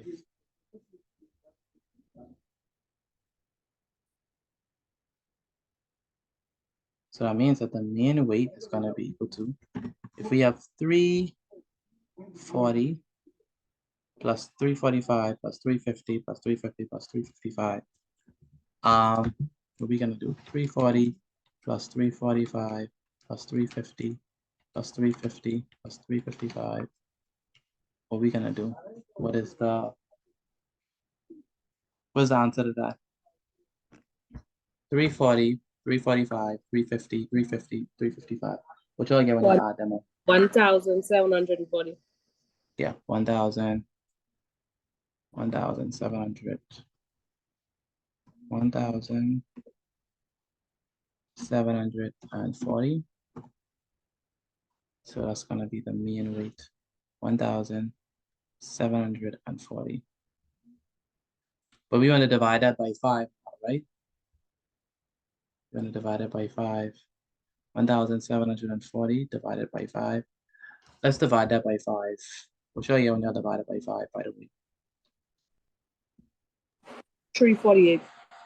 5 into 1740. Okay, how many times does 5 go into 17? It's gonna be what? 3 times. 5 times 3 is 15. Then we say 17 minus 15 is gonna be what? 2. Then we bring down the 4. How many times does 5 go? How many times does 5 go into 24? That's gonna be what? 4 times. 5 goes into 24 4 times, right? Yeah. 5 times 4 is 20. Yeah, 20. And then we do 24 minus 20. That's gonna be what? 4. We bring down the 0. How many times does 5 go into 40? That's gonna be 8 what? times. 8 times. 8 times. 5 times 8 is what? 40. So we have 40 minus 40, which is what? 0. And so that means that if you're trying to find the mean weight, right? If you're trying to find the mean weight is going to be 1,740 divided by 5, which is going to be what? 348 what? Let's put grams on top of this. Let's put grams in as well. Grams. Still dealing with weight at the still dealing with weight at the end of the day. So the answer here is going to be 348 grams. So let me do a quick recap of what we did, and then let me explain it again. So again, in order to find the mean, we have to add up all of the weights. That'll be 340, 345, 350, 350, 355. Then when we add up all of the weights, we have to divide it by the number of weights that we have. How many weights do we have? How many weights do we have? Hello? How many weights do we have? We have 5 weights, sir. 5 weights. So that's why we divided by 5, right? And so we have 340, 345, 350, 350, 355. When we add them up, we get 1,740. And then we're gonna divide that by 5. So we have 1,740 divided by 5. That's going to be 348. And so that means that our answer for the mean weight is going to be 348. Okay. Let me know if you all understand that. Before I move on, let me know if you all understand that. I understand, sir. Yes. I understand. Yes, sir. Come on. China. All right. Where's Joseph? Do you understand? Where's Joseph? Joseph, can you hear me? Where's Joseph? Joseph, can you hear me? Yes, sir. Okay, Joseph, how did we get the mean weight? Do you understand how we got the mean weight? Right. I'm in a noisy area right now. I asked you one question. Do you understand how we get the mean weight? That's a yes or no question. Yes, sir. How did we get the mean weight? What we have to do? Which one are you talking about? The third one, the triple I. How do we get that? The mean weight. Okay. I'm saying 340 plus 345 plus 350 plus 350 plus 355. Mm-hmm. And then the answer you get for that, you divide it by 5. Mm-hmm. And then that's how you get your answer. What's the answer? 348 grams. Joseph, I don't see your notes. So you need to take a picture of your notes and send them to me. You understand me? Yes, sir. Good. All right. All right. Let's move on to the last part of this, which is going to be expressed. Oh. Interesting. Oh man. They want us to express the, okay, you got to move. They want us to express the weight of the heaviest box in kilograms. In kilograms, okay. So what's the weight of the heaviest box? I mean, is that raining? Is it raining by y'all? Yes, sir. Oh, it's raining. About that. Okay, so 355, right? That's the heaviest one, right? Grams. And we want to convert that to kilograms. You do the decimal. Right? So I don't know if y'all know the acronym. I don't know if I've taught it here before. Yes, sir. I think you did. I probably have, more than likely. The acronym is knock. K for knock him down. Grammy. Don't commit murder. Knock him down, Grammy, don't commit murder. That's the acronym. So the G is for grams and the K is for kilograms. Now we're trying to move from grams to kilograms. So that's gonna be 1, 2, 3. And so we have to take 355, right? And because we move it over 3 times, 1, 2, 3, we know that we are going to be dealing with 1,000 because we move it over 3 times. If we only move it over twice, then it's going to be 100. If we only move it over once, it's going to be 10. But because we move it over 3 times, we know we're dealing with 1,000. Now, we definitely have to divide this. So we have 355 divided by 1,000. Okay. And so let's move that 3 times over to the right, to the left hand side. So it's going to be 1, 2, 3. And so that means that it's going to be equal to what? 0 point what? 3, 5, 5. And so that means that 355 expressed in kilograms is going to be what? 0 point 3, 5, 5. So quick recap. Let's let me go over it again. Quick recap. We have 355 grams. We need to convert that to kilograms. The acronym that we are going to use is knock him down, Grammy, don't commit murder. And we're going to move over from grams to kilograms. And so we're going to go from grams to kilograms. So that means we're going to move over 3 times. 1, 2, 3, right? And so because we're moving over 3 times, that means that we're going to use 3 zeros. So we're going to divide 355 by 1,000. And 355 divided by 1,000, we move the decimal point over 3 times. 1, 2, 3. That means the decimal point is right here. We put a placeholder in front of it. And so we have a 0.355 kilograms. And that's going to be our answer for that one. So that means that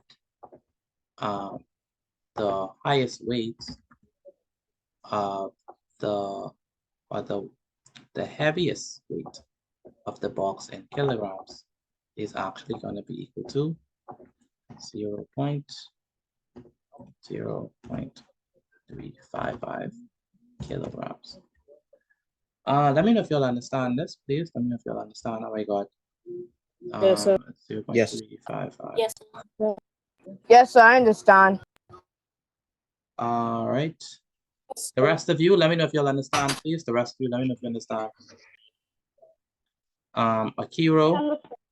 Yes, sir. Reagan, Green Bride, Kamaya, Yes, sir, I understand. Paul,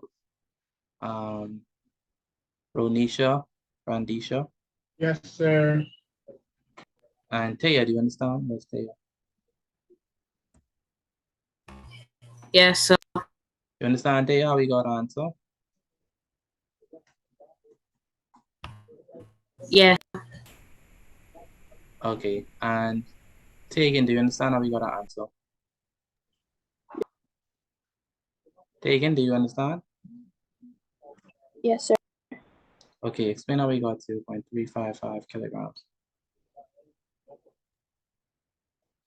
We got 0.355 kilograms by I have a question. I didn't really realize this, but why are we using 3.55 grams? Well, 355 grams. Because that's the heaviest box. Okay, yes, sir. Thank That's the you. weight of the heaviest box. We need to find the weight in kilograms, so we're gonna use an acronym.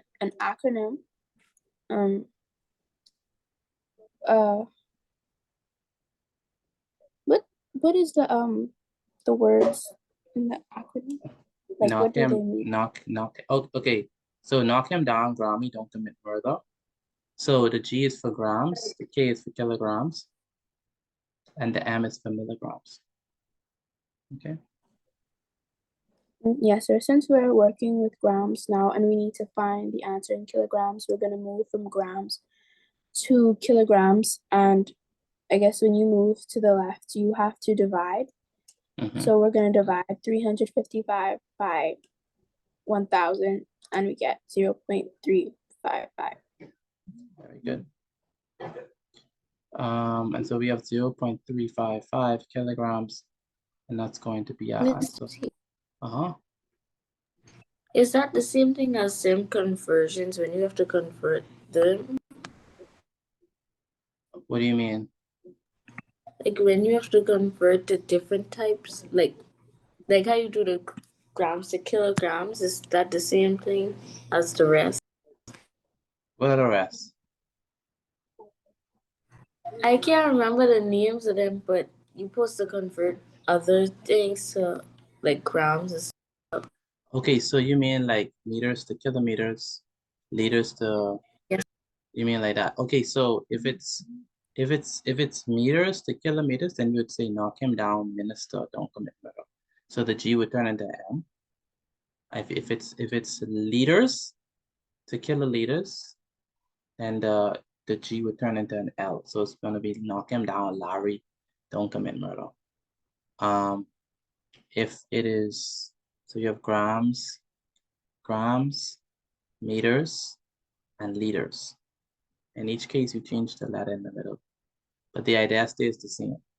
Now the C, if it was meters, it would be, the C would be centimeters, and the M would be millimeters. Okay. Okay, go ahead and take a picture of your work and send it to me via WhatsApp. Again, take a picture of this and send it to me via WhatsApp. Reagan, I don't have your work. Where's Reagan? I'm right there, so I'm still writing the notes of the chat. Send me what you have so far. And don't leave until you're done with writing all of the notes, Reagan. Okay, go ahead, take a picture of your work and send it to me via WhatsApp. Again, take a picture of your work and send it to me via WhatsApp. I mean everyone, not just the few who always do it. I need everyone to take a picture of your work and send it to me. All right, thank you, everyone. The rest of you, I need you to take a picture of your work and send it to me via WhatsApp. Again, take a picture of your work and send it to me via WhatsApp before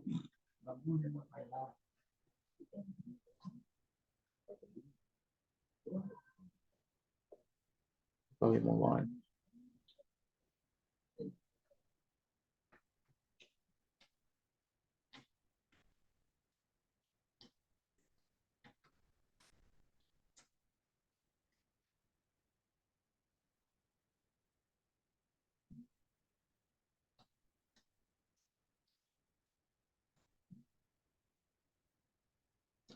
All right, go ahead and take a picture of your work and send it to me via WhatsApp. Again, go ahead and take a picture of your work and send it to me via WhatsApp. Again, go ahead, take a picture of your work and send it to me via WhatsApp.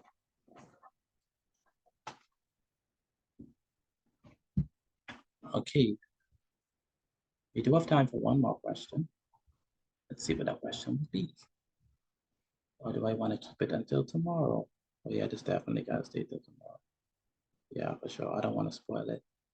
Yeah, for sure. Okay, yeah. Keep it until tomorrow. We keep it until tomorrow. Okay.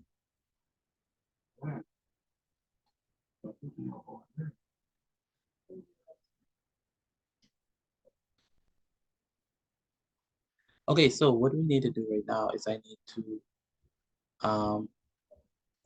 get some review formulas.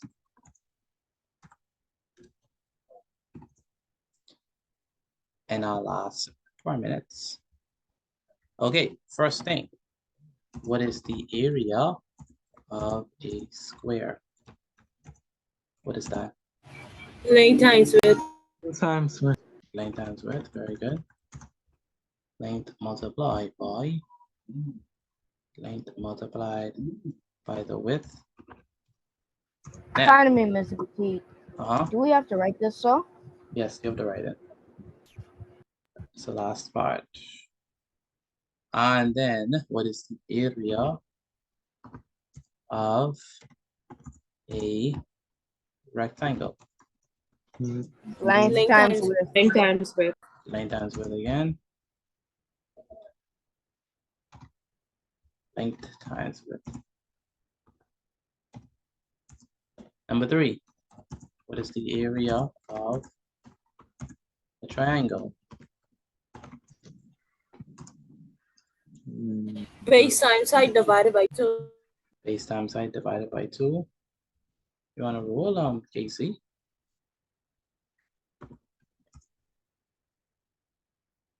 Base times height divided by 2. Next, what's the area of a circle? Pi times r. Pi r squared. Area of a circle is going to be what? Pi r squared. Pi r squared. Very good. Area of a circle. Where is Randisha?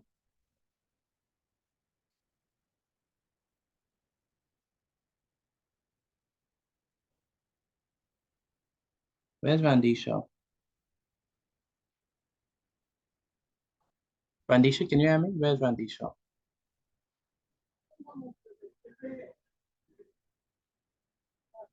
Where's Randisha? Randisha, can you hear me? Randisha, I need your notes. I need the last piece of notes that we did on main, median, and mode. I need that. I don't see you send that to me as yet. So I need you to send that to me, Randisha. Where is Jasmine Low? Jasmine Low, can you hear me? Where's Jasmine? Okay. Yeah, I am still yeah, sorry, I'm gonna send it. Okay. Where's Jasmine Low? Jasmine Low, where are you? Again, Jasmine, where are you? I don't understand this. Where's Jasmine? Jasmine, can you hear me? Where's Jasmine? Can't have Jasmine. Okay, what's the area of a circle? What's that gonna be? The area of a circle is gonna be what? Pi r Pi r squared. Pi r squared. Very good. So the area of a circle is going to be pi r squared. Pi r squared. And then we have the area, number 5, the area of semicircle.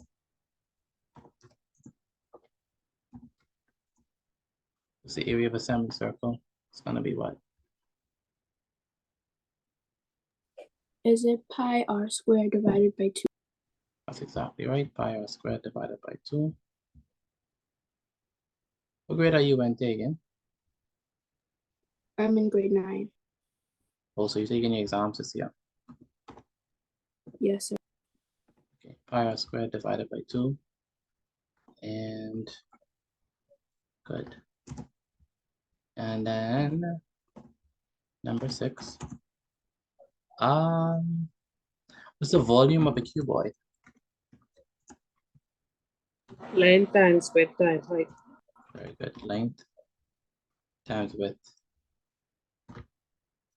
The length times the width times the height. So always remember these formulas.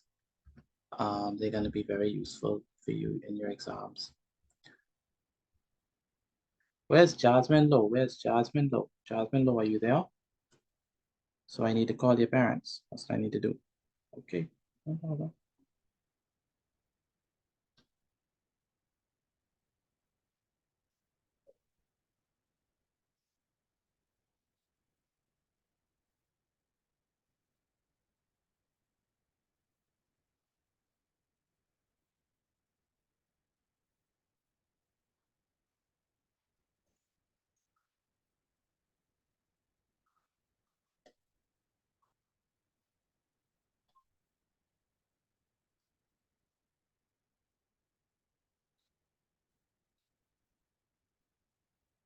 Okay.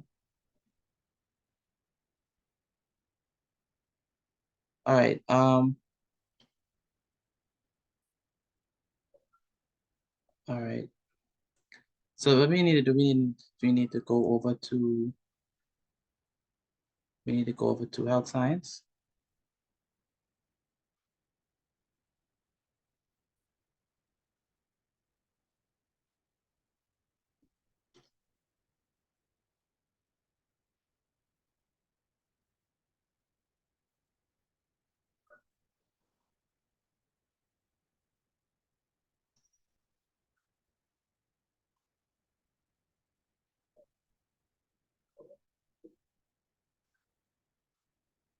All right.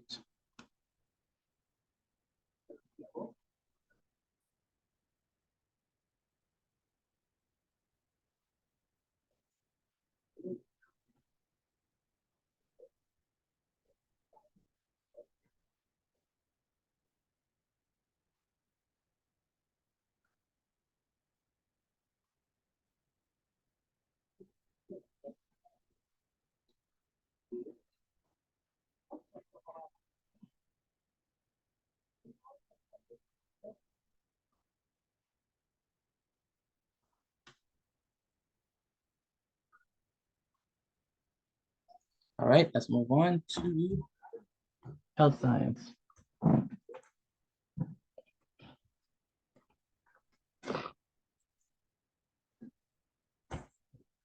Okay, so again, let's move on to health science. For those of you who are doing health science, it's our moment in time, so we have to take full advantage of it.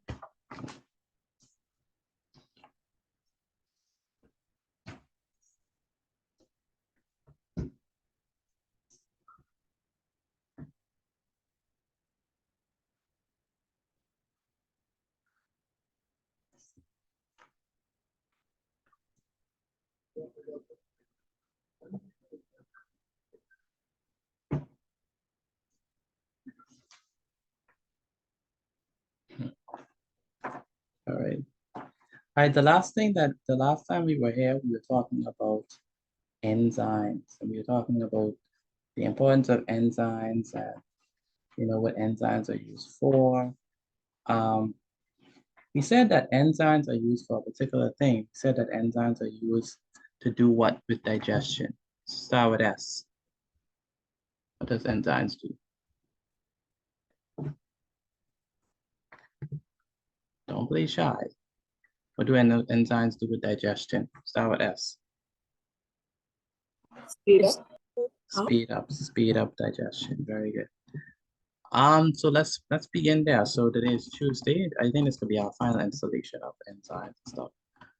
Tuesday, the 14th of May, 2024. The subject is, of course, health science.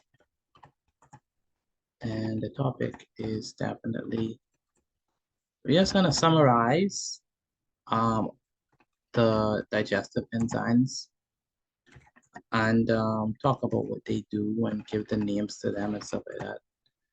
We said that enzymes work in a specialized way. They work in sort of a lock and key fashion, right? Where in the enzymes like to use or like to work or like to act upon a specific enzyme. Sorry, the enzymes like to work on a specific substrate. Today we're gonna be looking at just a summary of all of the enzymes that we would need to know for our exams. And so let's do that. So I'm gonna create a table, 1, 2, 3, 4. The table need to have 4 columns and let's say 1, 2, 3, 4, 5. Yeah, 5 rows. 4 columns and 5 rows. That should be enough. So let's summarize our digestive enzymes. We're gonna talk about the organ, right? The organ that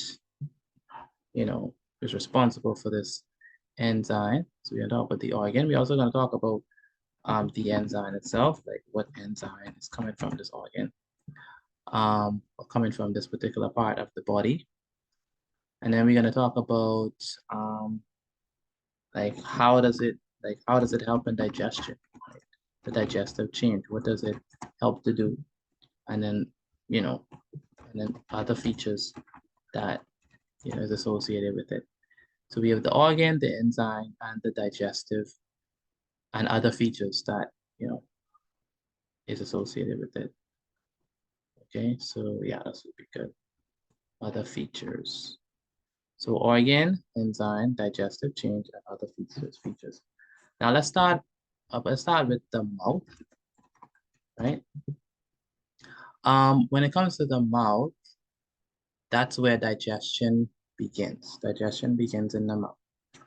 And what enzyme is responsible? What enzyme? Does anyone know the enzyme that acts in the mouth? Anyone know? Start with A. Amylase. Amylase, very good, amylase. Now, China, amylase, what does amylase help to digest or break down?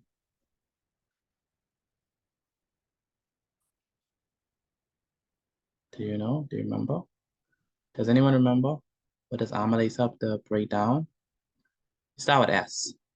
S, T. Saliva. No. It helps to break, it's in saliva, but it helps to break down starch. So amylase changes starch to maltose. Okay, it changes starch to maltose. All right, so Ajani, what does amylase change starch into?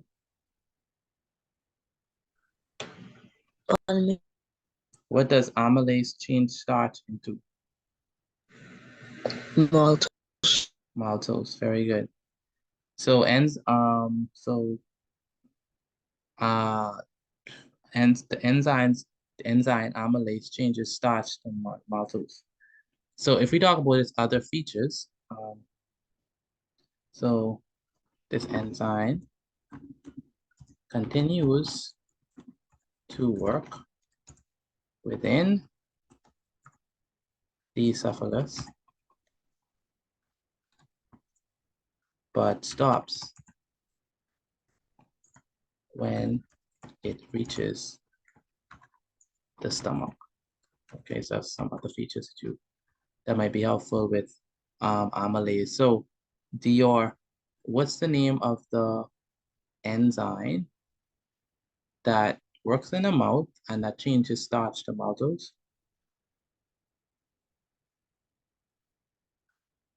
Pardon me? What's the name of the enzyme that changes starch to maltose and works or acts in the mouth? Amylase. Amylase, very good. Amylase. Okay. Brie and Bri, not Brie and Bri. just read. What's the name of the enzyme that changes starch to maltose and works in the mouth?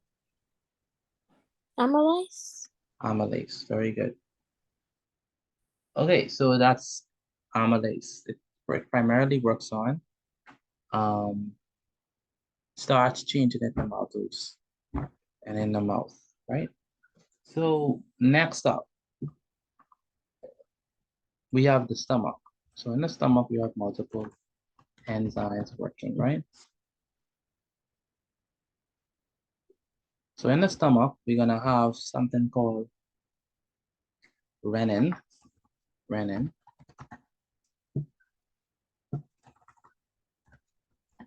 Now renin is going to change renin. Let me just connect it to the seed. Renin is the one that's going to change milk. So it's going to act on milk. It's going to change milk to curds. Right? So renin acts on milk, and the other one, which is pespin. What do you think pespin acts on? Just because of the P.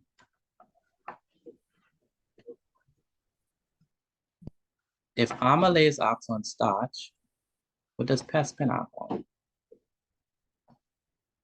Kind of easy. Start with P. What nutrient that you know start with P? Protein. Protein, very good. So it changes proteins to peptones. All right.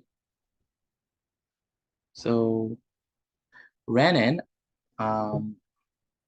renin works in the stomach and it changes milk to curds.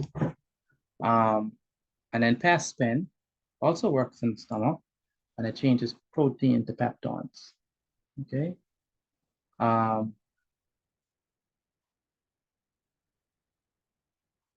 So just some other features. Renin is very abundant in children.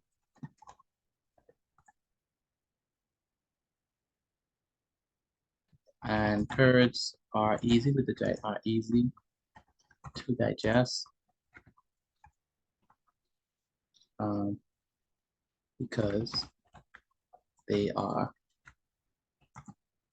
semi-solids. And as far as the peptones,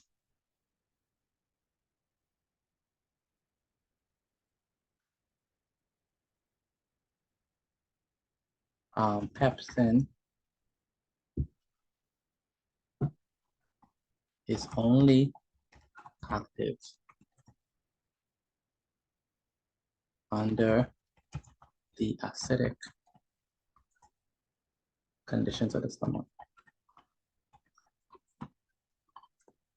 All right.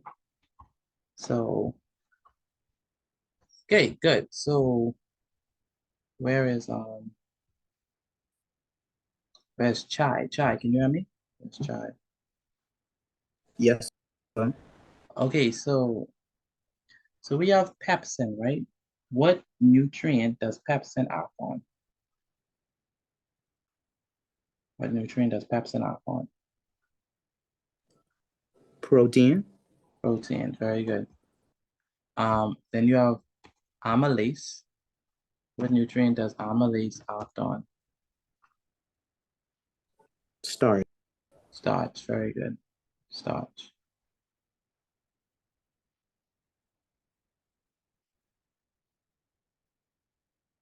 It's actually pepsin.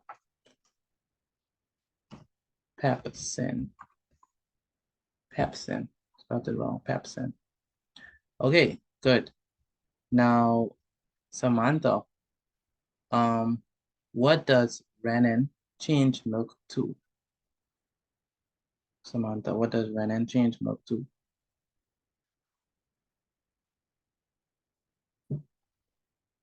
Samantha? Kiana from Samantha. Ramon, what does renin change milk to? Renin. Yeah, renin. What does renin change milk to?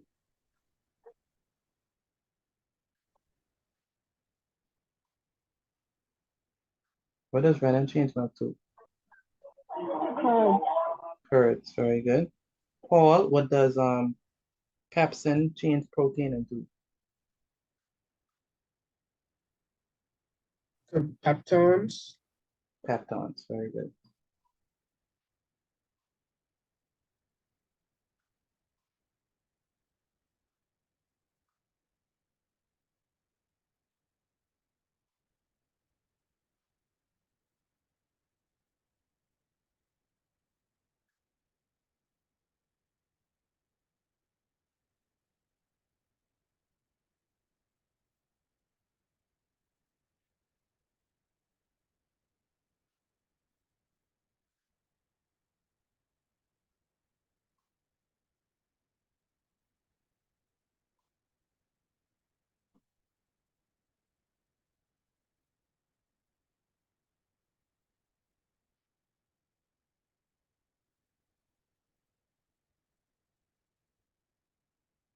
All right. Myla, can you hear me? Where's my hello? Where's Myla? Okay, Myla can hear me. Okay. And Kema, can you hear me? Yes, sir. Okay. Um, what does pepsin change protein into? Peptones. Peptones, very good.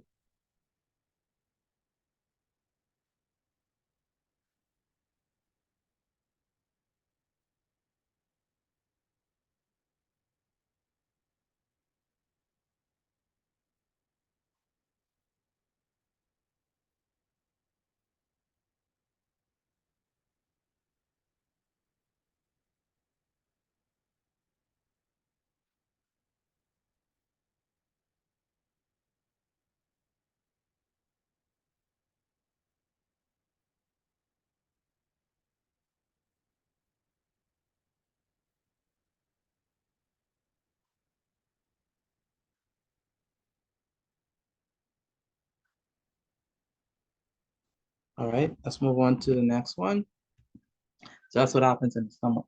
Now, in the small intestine. So we have enzymes working in the mouth, enzyme working in the stomach, enzyme working in the small intestine.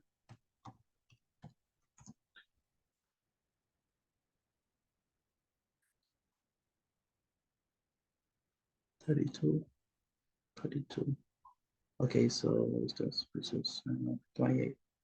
So in the small intestine, we have amylase working as well. And so amylase not only works in the mouth, but amylase also works in the small intestine, changing what starch to this enzyme. So enzyme amylase is there. Also, you have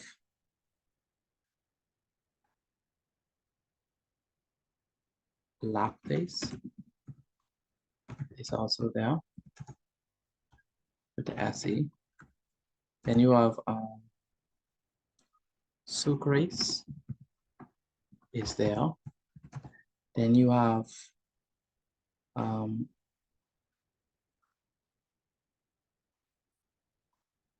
trypsin, no trypsin. Then you have epipsin. All of those enzymes are inside the small intestine, and also maltase. These are all inside the small intestine.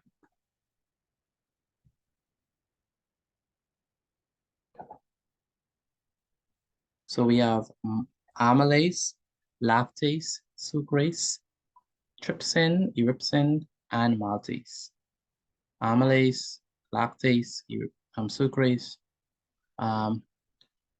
trypsin, and ellipsin, and maltase. Now, what do they do? Well, let's talk about it. So I actually don't need this fifth row. So let me delete this row. I don't need this row. It's taking space. Can I delete the row? Okay. Okay, so obviously we already know what the amylase is going to do. Amylase is responsible for changing starch to maltose. And then sucrase is responsible for changing sucrose to glucose. And then trypsin is responsible for changing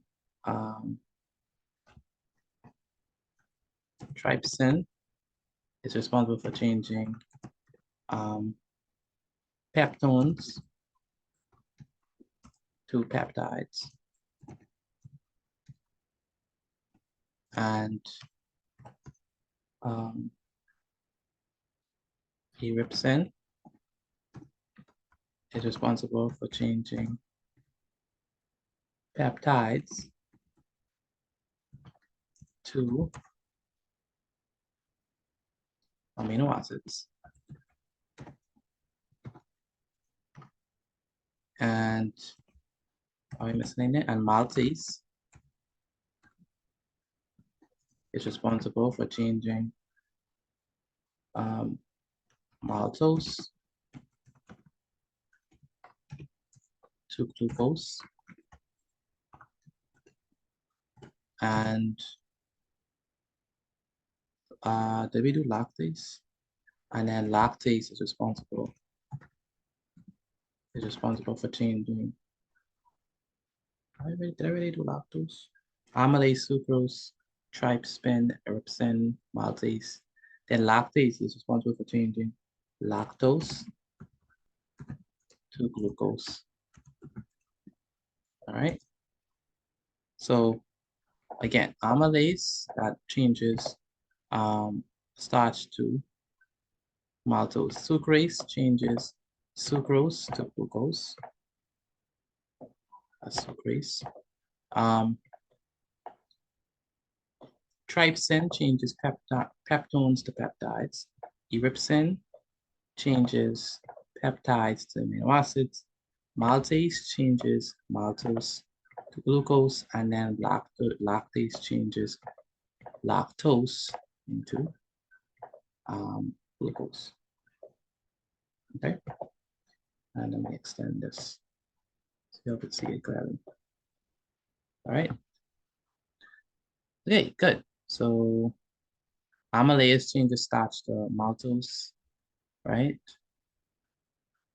Amylase changes starch to maltose. Sucrase changes sucrose to glucose. Trypsin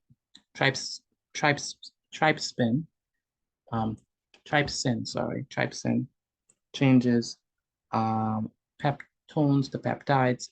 Ellipsin changes peptides to amino acids. Maltase changes maltose to glucose.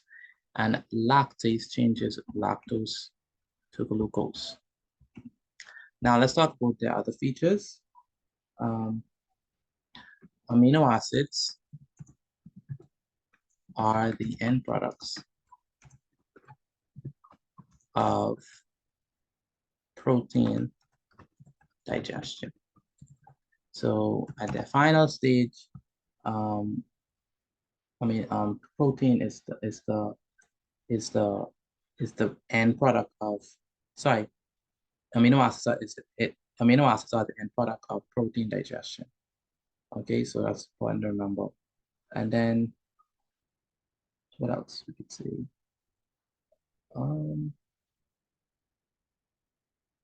And then glucose is the final product of the digestion of carbohydrates. Okay. So the end product of carbohydrates is going to be glucose. Okay. And the end product of protein digestion is going to be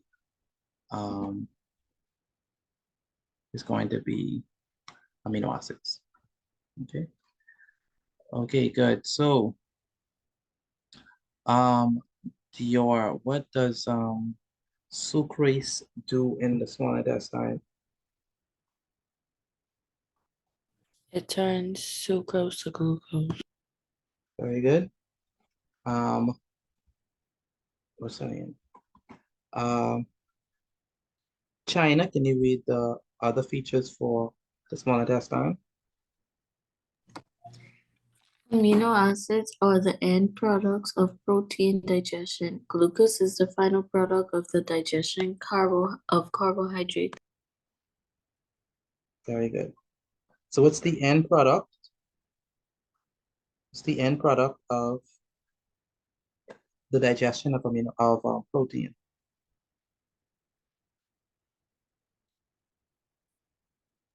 Amino acid. Amino acids, very good.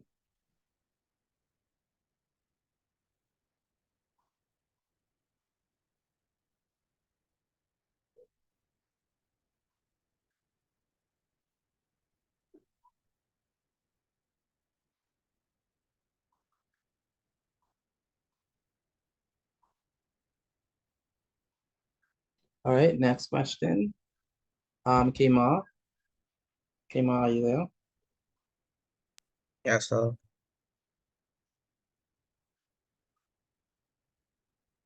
Let me ask a question. I want to convert maltose to glucose. Maltose to glucose. What enzyme?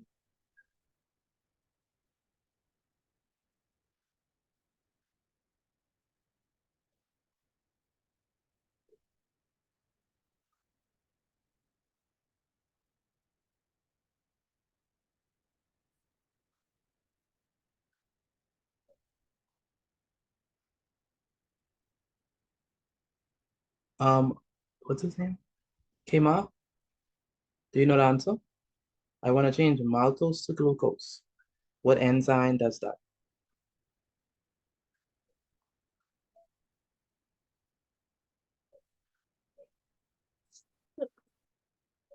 Kemar? Is it maltase? Maltase, very good.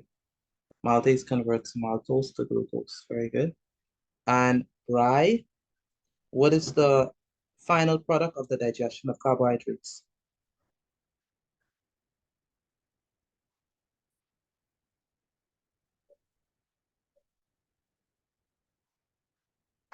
Where's Glucose. Glucose, very good. Glucose is the final product of the digestion of carbohydrates. Dia Gibson, where's Dia Gibson?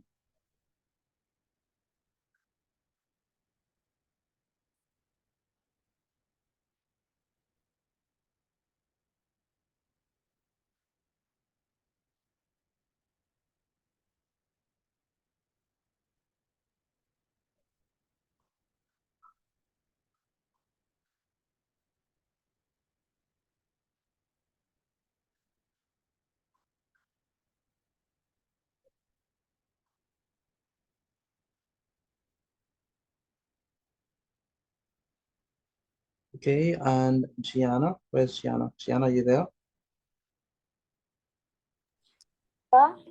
Give me one enzyme that is used in the small intestine.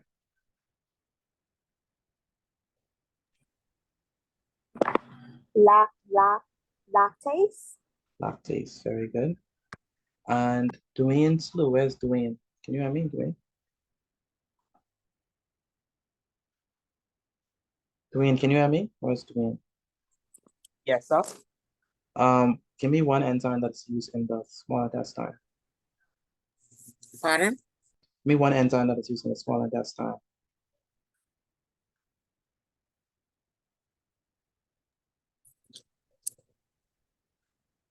One enzyme that I could find in the small intestine. Sucrase? Sucrase, very good.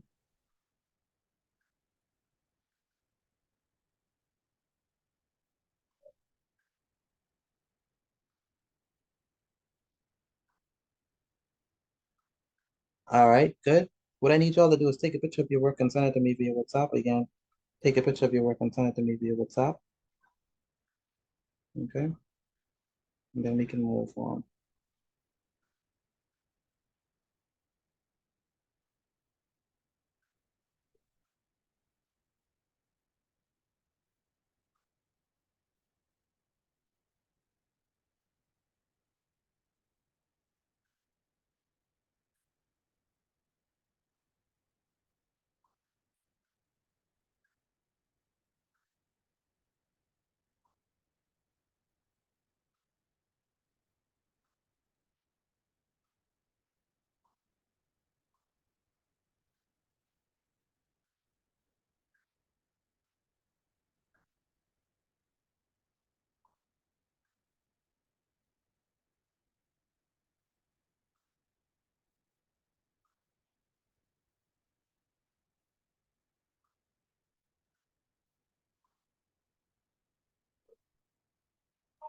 All right, good.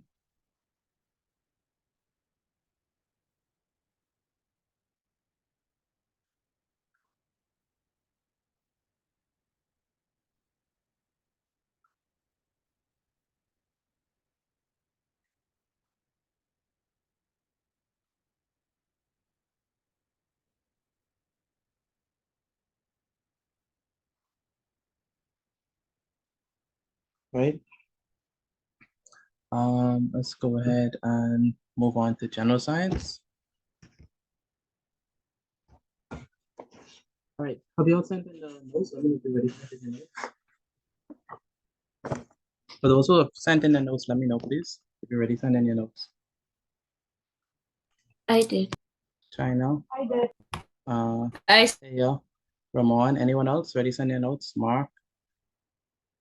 All right, the rest of you, have you sent in your work? Let me know, please, if you're ready to send in your work. Irenia from China, Ramon, and a few others. The rest of you, have you sent in your work yet? Not yet. Yes, sir. Yes. Okay, good. All right, you need to quickly send in your work, so because we have to move on to general science.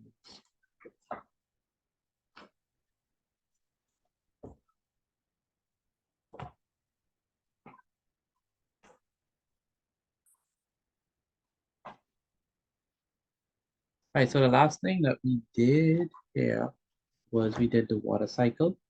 We talked about evaporation, we talked about precipitation, we talked about condensation, we talked about all those things that are involved with the process of,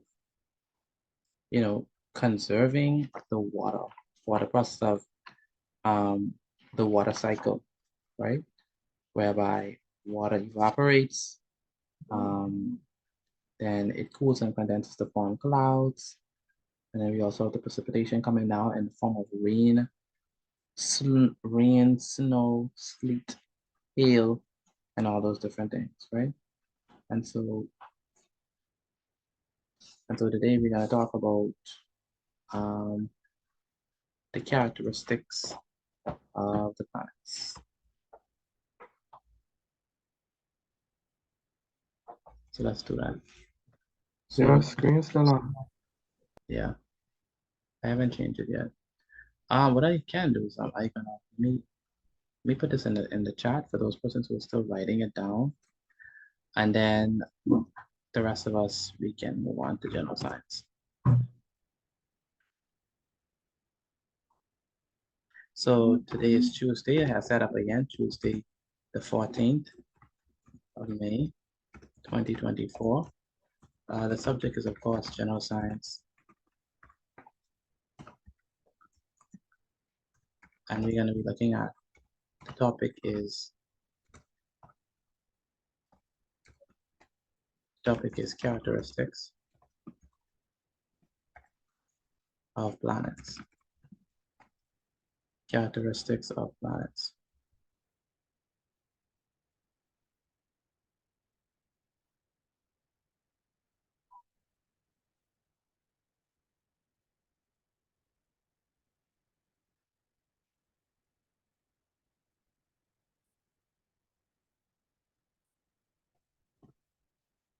All right.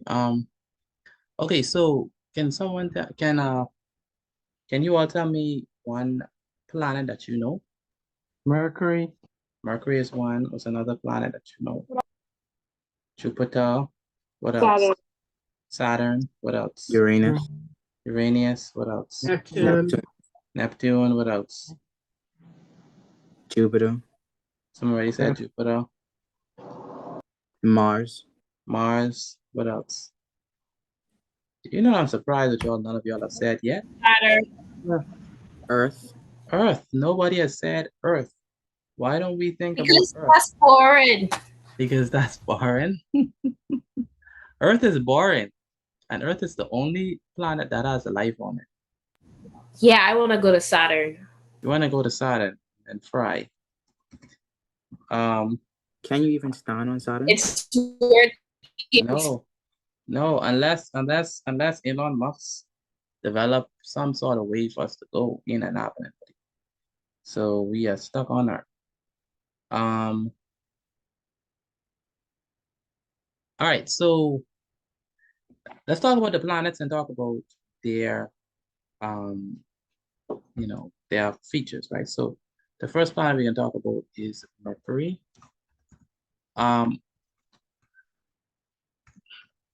What is at the center of the solar system? Sun. The sun, right? The sun is at the center of the solar system. And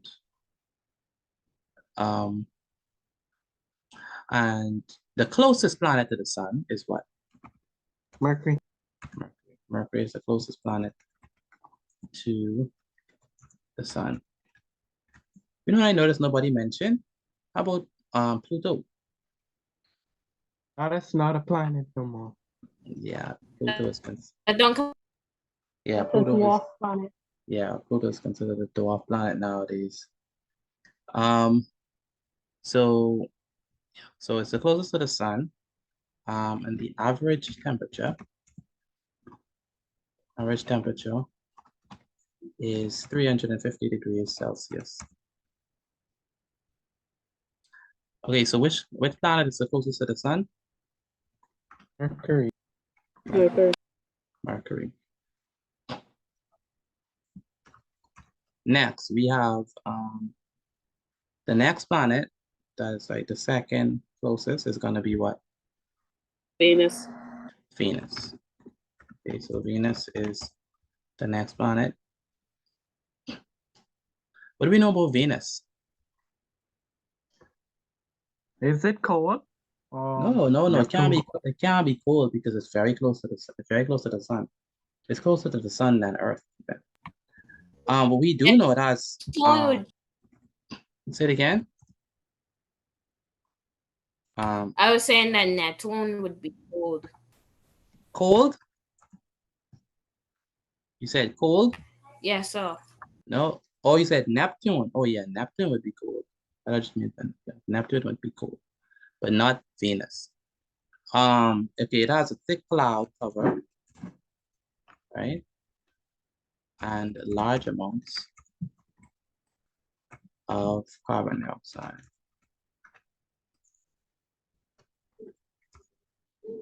The average temperature of average temperature of Venus is 460 degrees Celsius. Next, we have what's the third planet? Yeah, Earth, where we live. Beautiful Earth. safe Earth compared to the other planets. It has a natural satellite. What is the natural satellite for the Earth? What is the natural satellite? A moon is a natural satellite. Yes, the moon, which is the moon. The moon is the natural satellite. What else do we know? What else could we say about Earth besides Water. it has water? Very good. What else? Islands. It's round. It has People. life, right? People, right? People, Round. animals. It's round. You mean spherical? So physical conditions of Earth favor the existence of life. All right. So we are where life is. The average temperature is 20 degrees Celsius. Now that's certainly not enough. So they did average temperature. Average. Okay. Next, we have Mars. That's where Elon wanna go. Mars. I want to go to. You would want to go to Mars on a spaceship? I would pick Mercury. You would pick Mercury, the planet that is the closest to the sun. Hey, Mr. Petit, I guess Uh-huh. you could say we're going on a trip in our favorite rocket ship, Little Einsteins.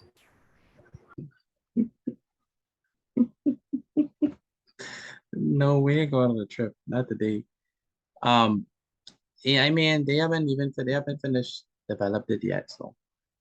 So if Elon Musk developed this machine, would y'all go on the trip to Mars? Yes, sir. You would go? And Mila, would you go? I can't hear you, Mila. Your mic is not working properly. Malik, I can't hear you. You're so low. Anyone else? If I were to, I don't think I would go myself. You wouldn't I go? personally don't think. You personally No, don't sir. Plus, they probably record videos too, so I could probably see it from there. You can see the videos, okay. Yes, All sir. right. Free or not? That's it for me. I can't hear you. You're so low. Very low. Anyone else? Dior, where's Dior? If Elon developed this spaceship to go to Mars, would you go? No, sir. No, sir. No, I why not? already. No, I sir. already don't do roller coasters, so I wouldn't go. Wow, you don't go on roller coasters? No, and I like don't like the airplane and stuff like that, so I wouldn't go on them. Wow. I wouldn't. What it Wow. called? Yeah. Spaceship. Wow, that's great. Spaceship. I wouldn't go on a spaceship. Okay, interesting. I mean, if we live here long enough, trust me, they are going to figure out a way to get to Mars. Count on it. So I mean, I'm sure persons are going to go. And if the spaceship blow up, then people just die. But I don't think that's going to stop them from continuing. Not you. Mm-hmm. And if you go to Mars, you wouldn't be able to survive a few seconds because of the gas planet. But remember, if you go into Mars,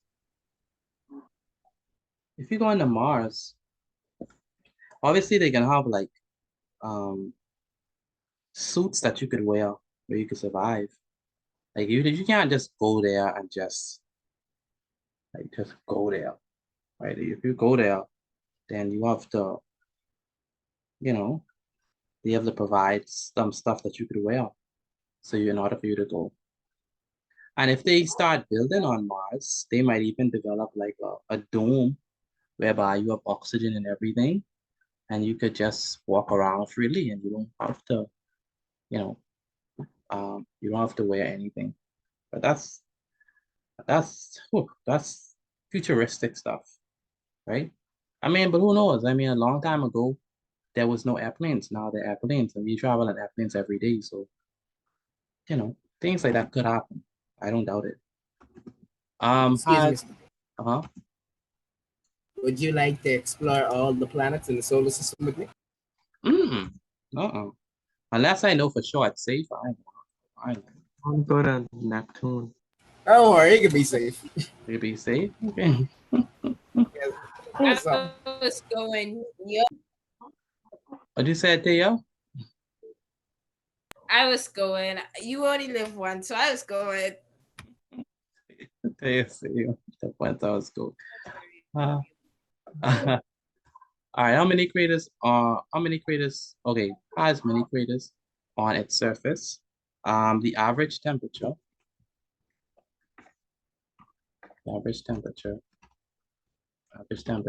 is negative 23 degrees.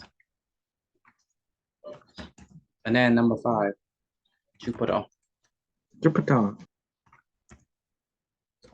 What is the largest planet? Jupiter.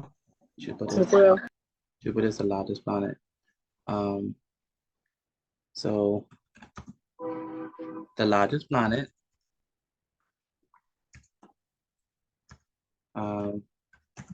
a gaseous planet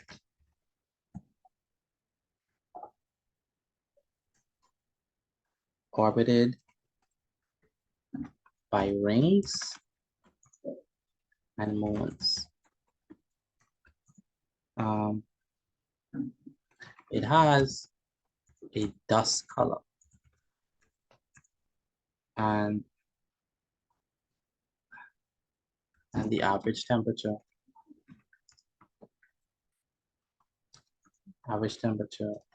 is negative 120 degrees Celsius.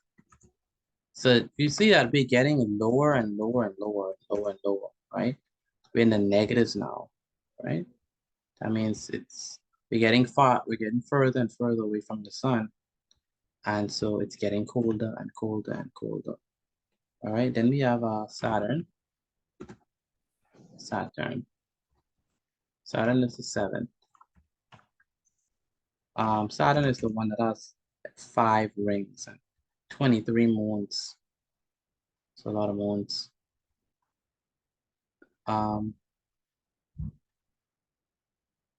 Saturn. So Saturn is a gaseous planet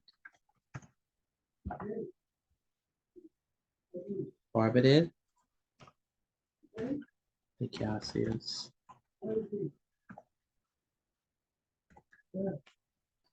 planet orbited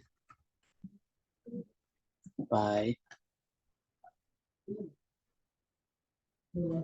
Saturn is your favorite planet? Wow.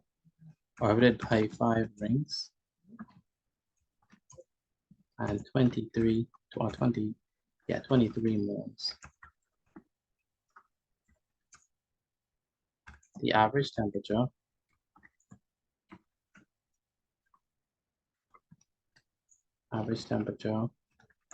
is negative 180 degrees Celsius. That is Saturn. And then we have, after Saturn is what other planet after that?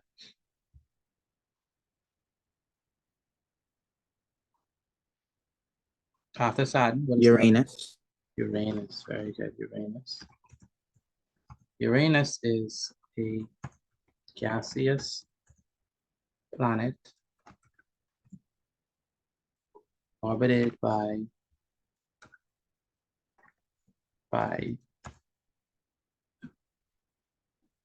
rings and moons as well. The average temperature is negative 210 degrees Celsius.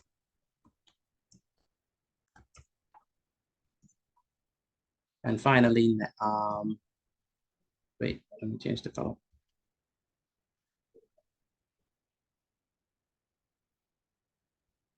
No, wrong color.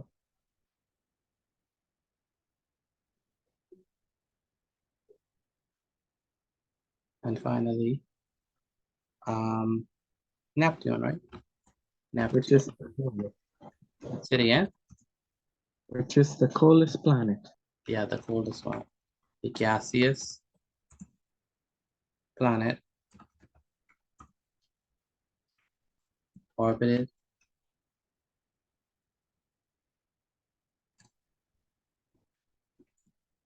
by rings and moons. The coldest planet.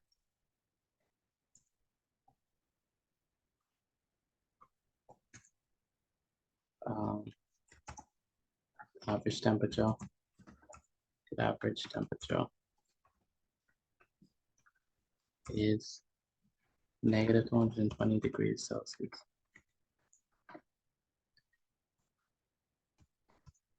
Can you survive in that temperature? Definitely not. Definitely not. You ain't gotta worry about that. Definitely not. Okay.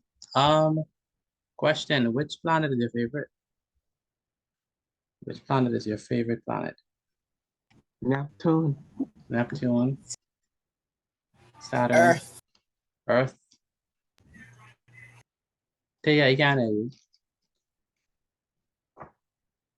I say Saturn. Saturn. Why? Why I Saturn? guess that's the name of my favorite song. Oh, okay. Anyone else? What planet is your favorite planet? Earth. Earth. I say Earth. Earth. Ramon say Earth. All right. Okay. Gianna, what's the planet that is closest to the sun? Mercury. Very good.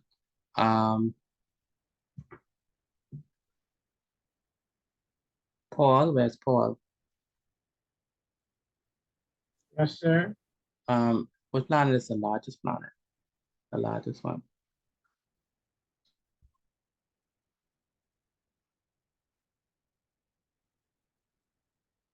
Jupiter. Jupiter, very good. Jupiter is the largest planet. Kamaya Ferguson. Where's Kamaya?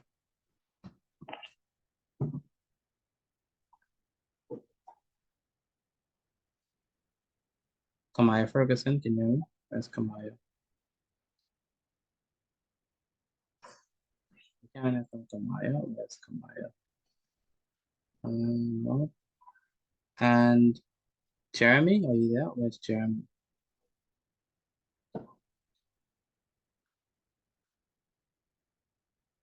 Jeremy, can you hear me? Okay, can't hear from Jeremy. Ajani, where's Ajani? Yes. Which planet has physical conditions that favors the existence of a life?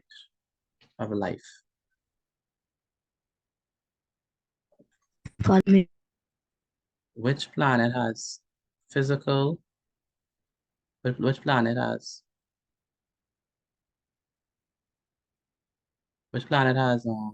physical conditions that that favors life? Earth, very good. And question: which planet? This is for anyone. Which planet is the coldest one? Neptune. Neptune, very good. Very good.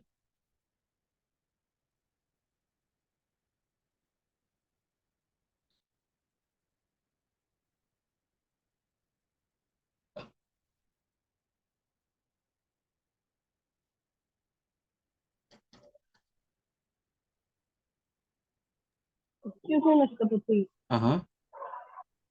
Did you know there's a way that you can travel to all of the different planets with just under $150? How?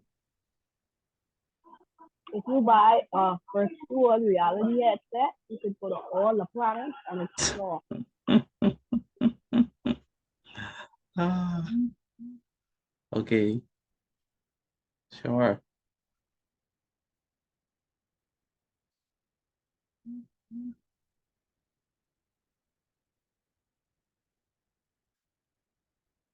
All right.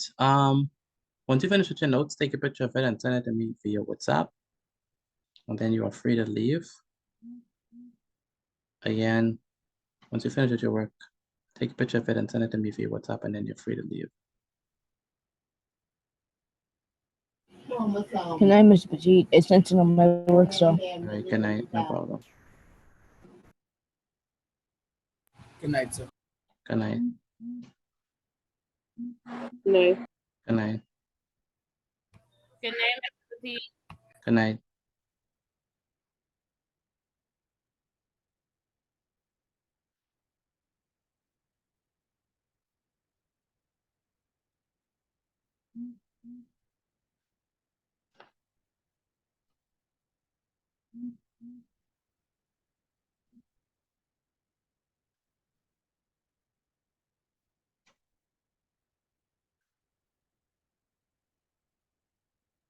Good night. Good night. Good night. Again, once you finish your work, take a picture of it and send it to me via WhatsApp.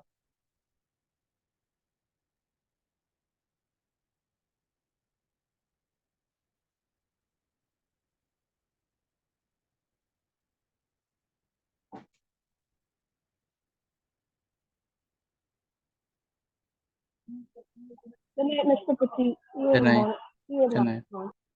Good day. Take care.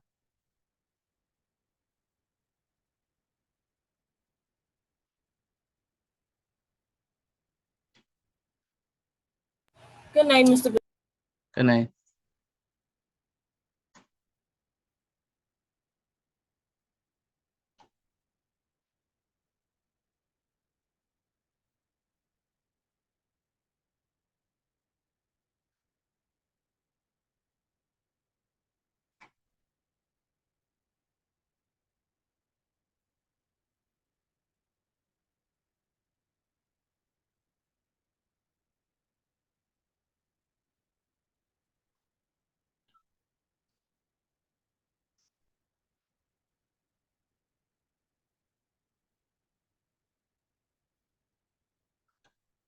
All right.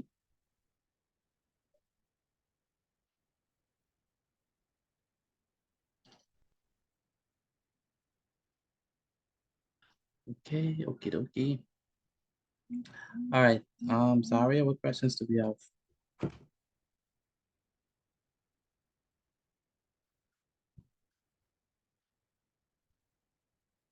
Where's Zaria?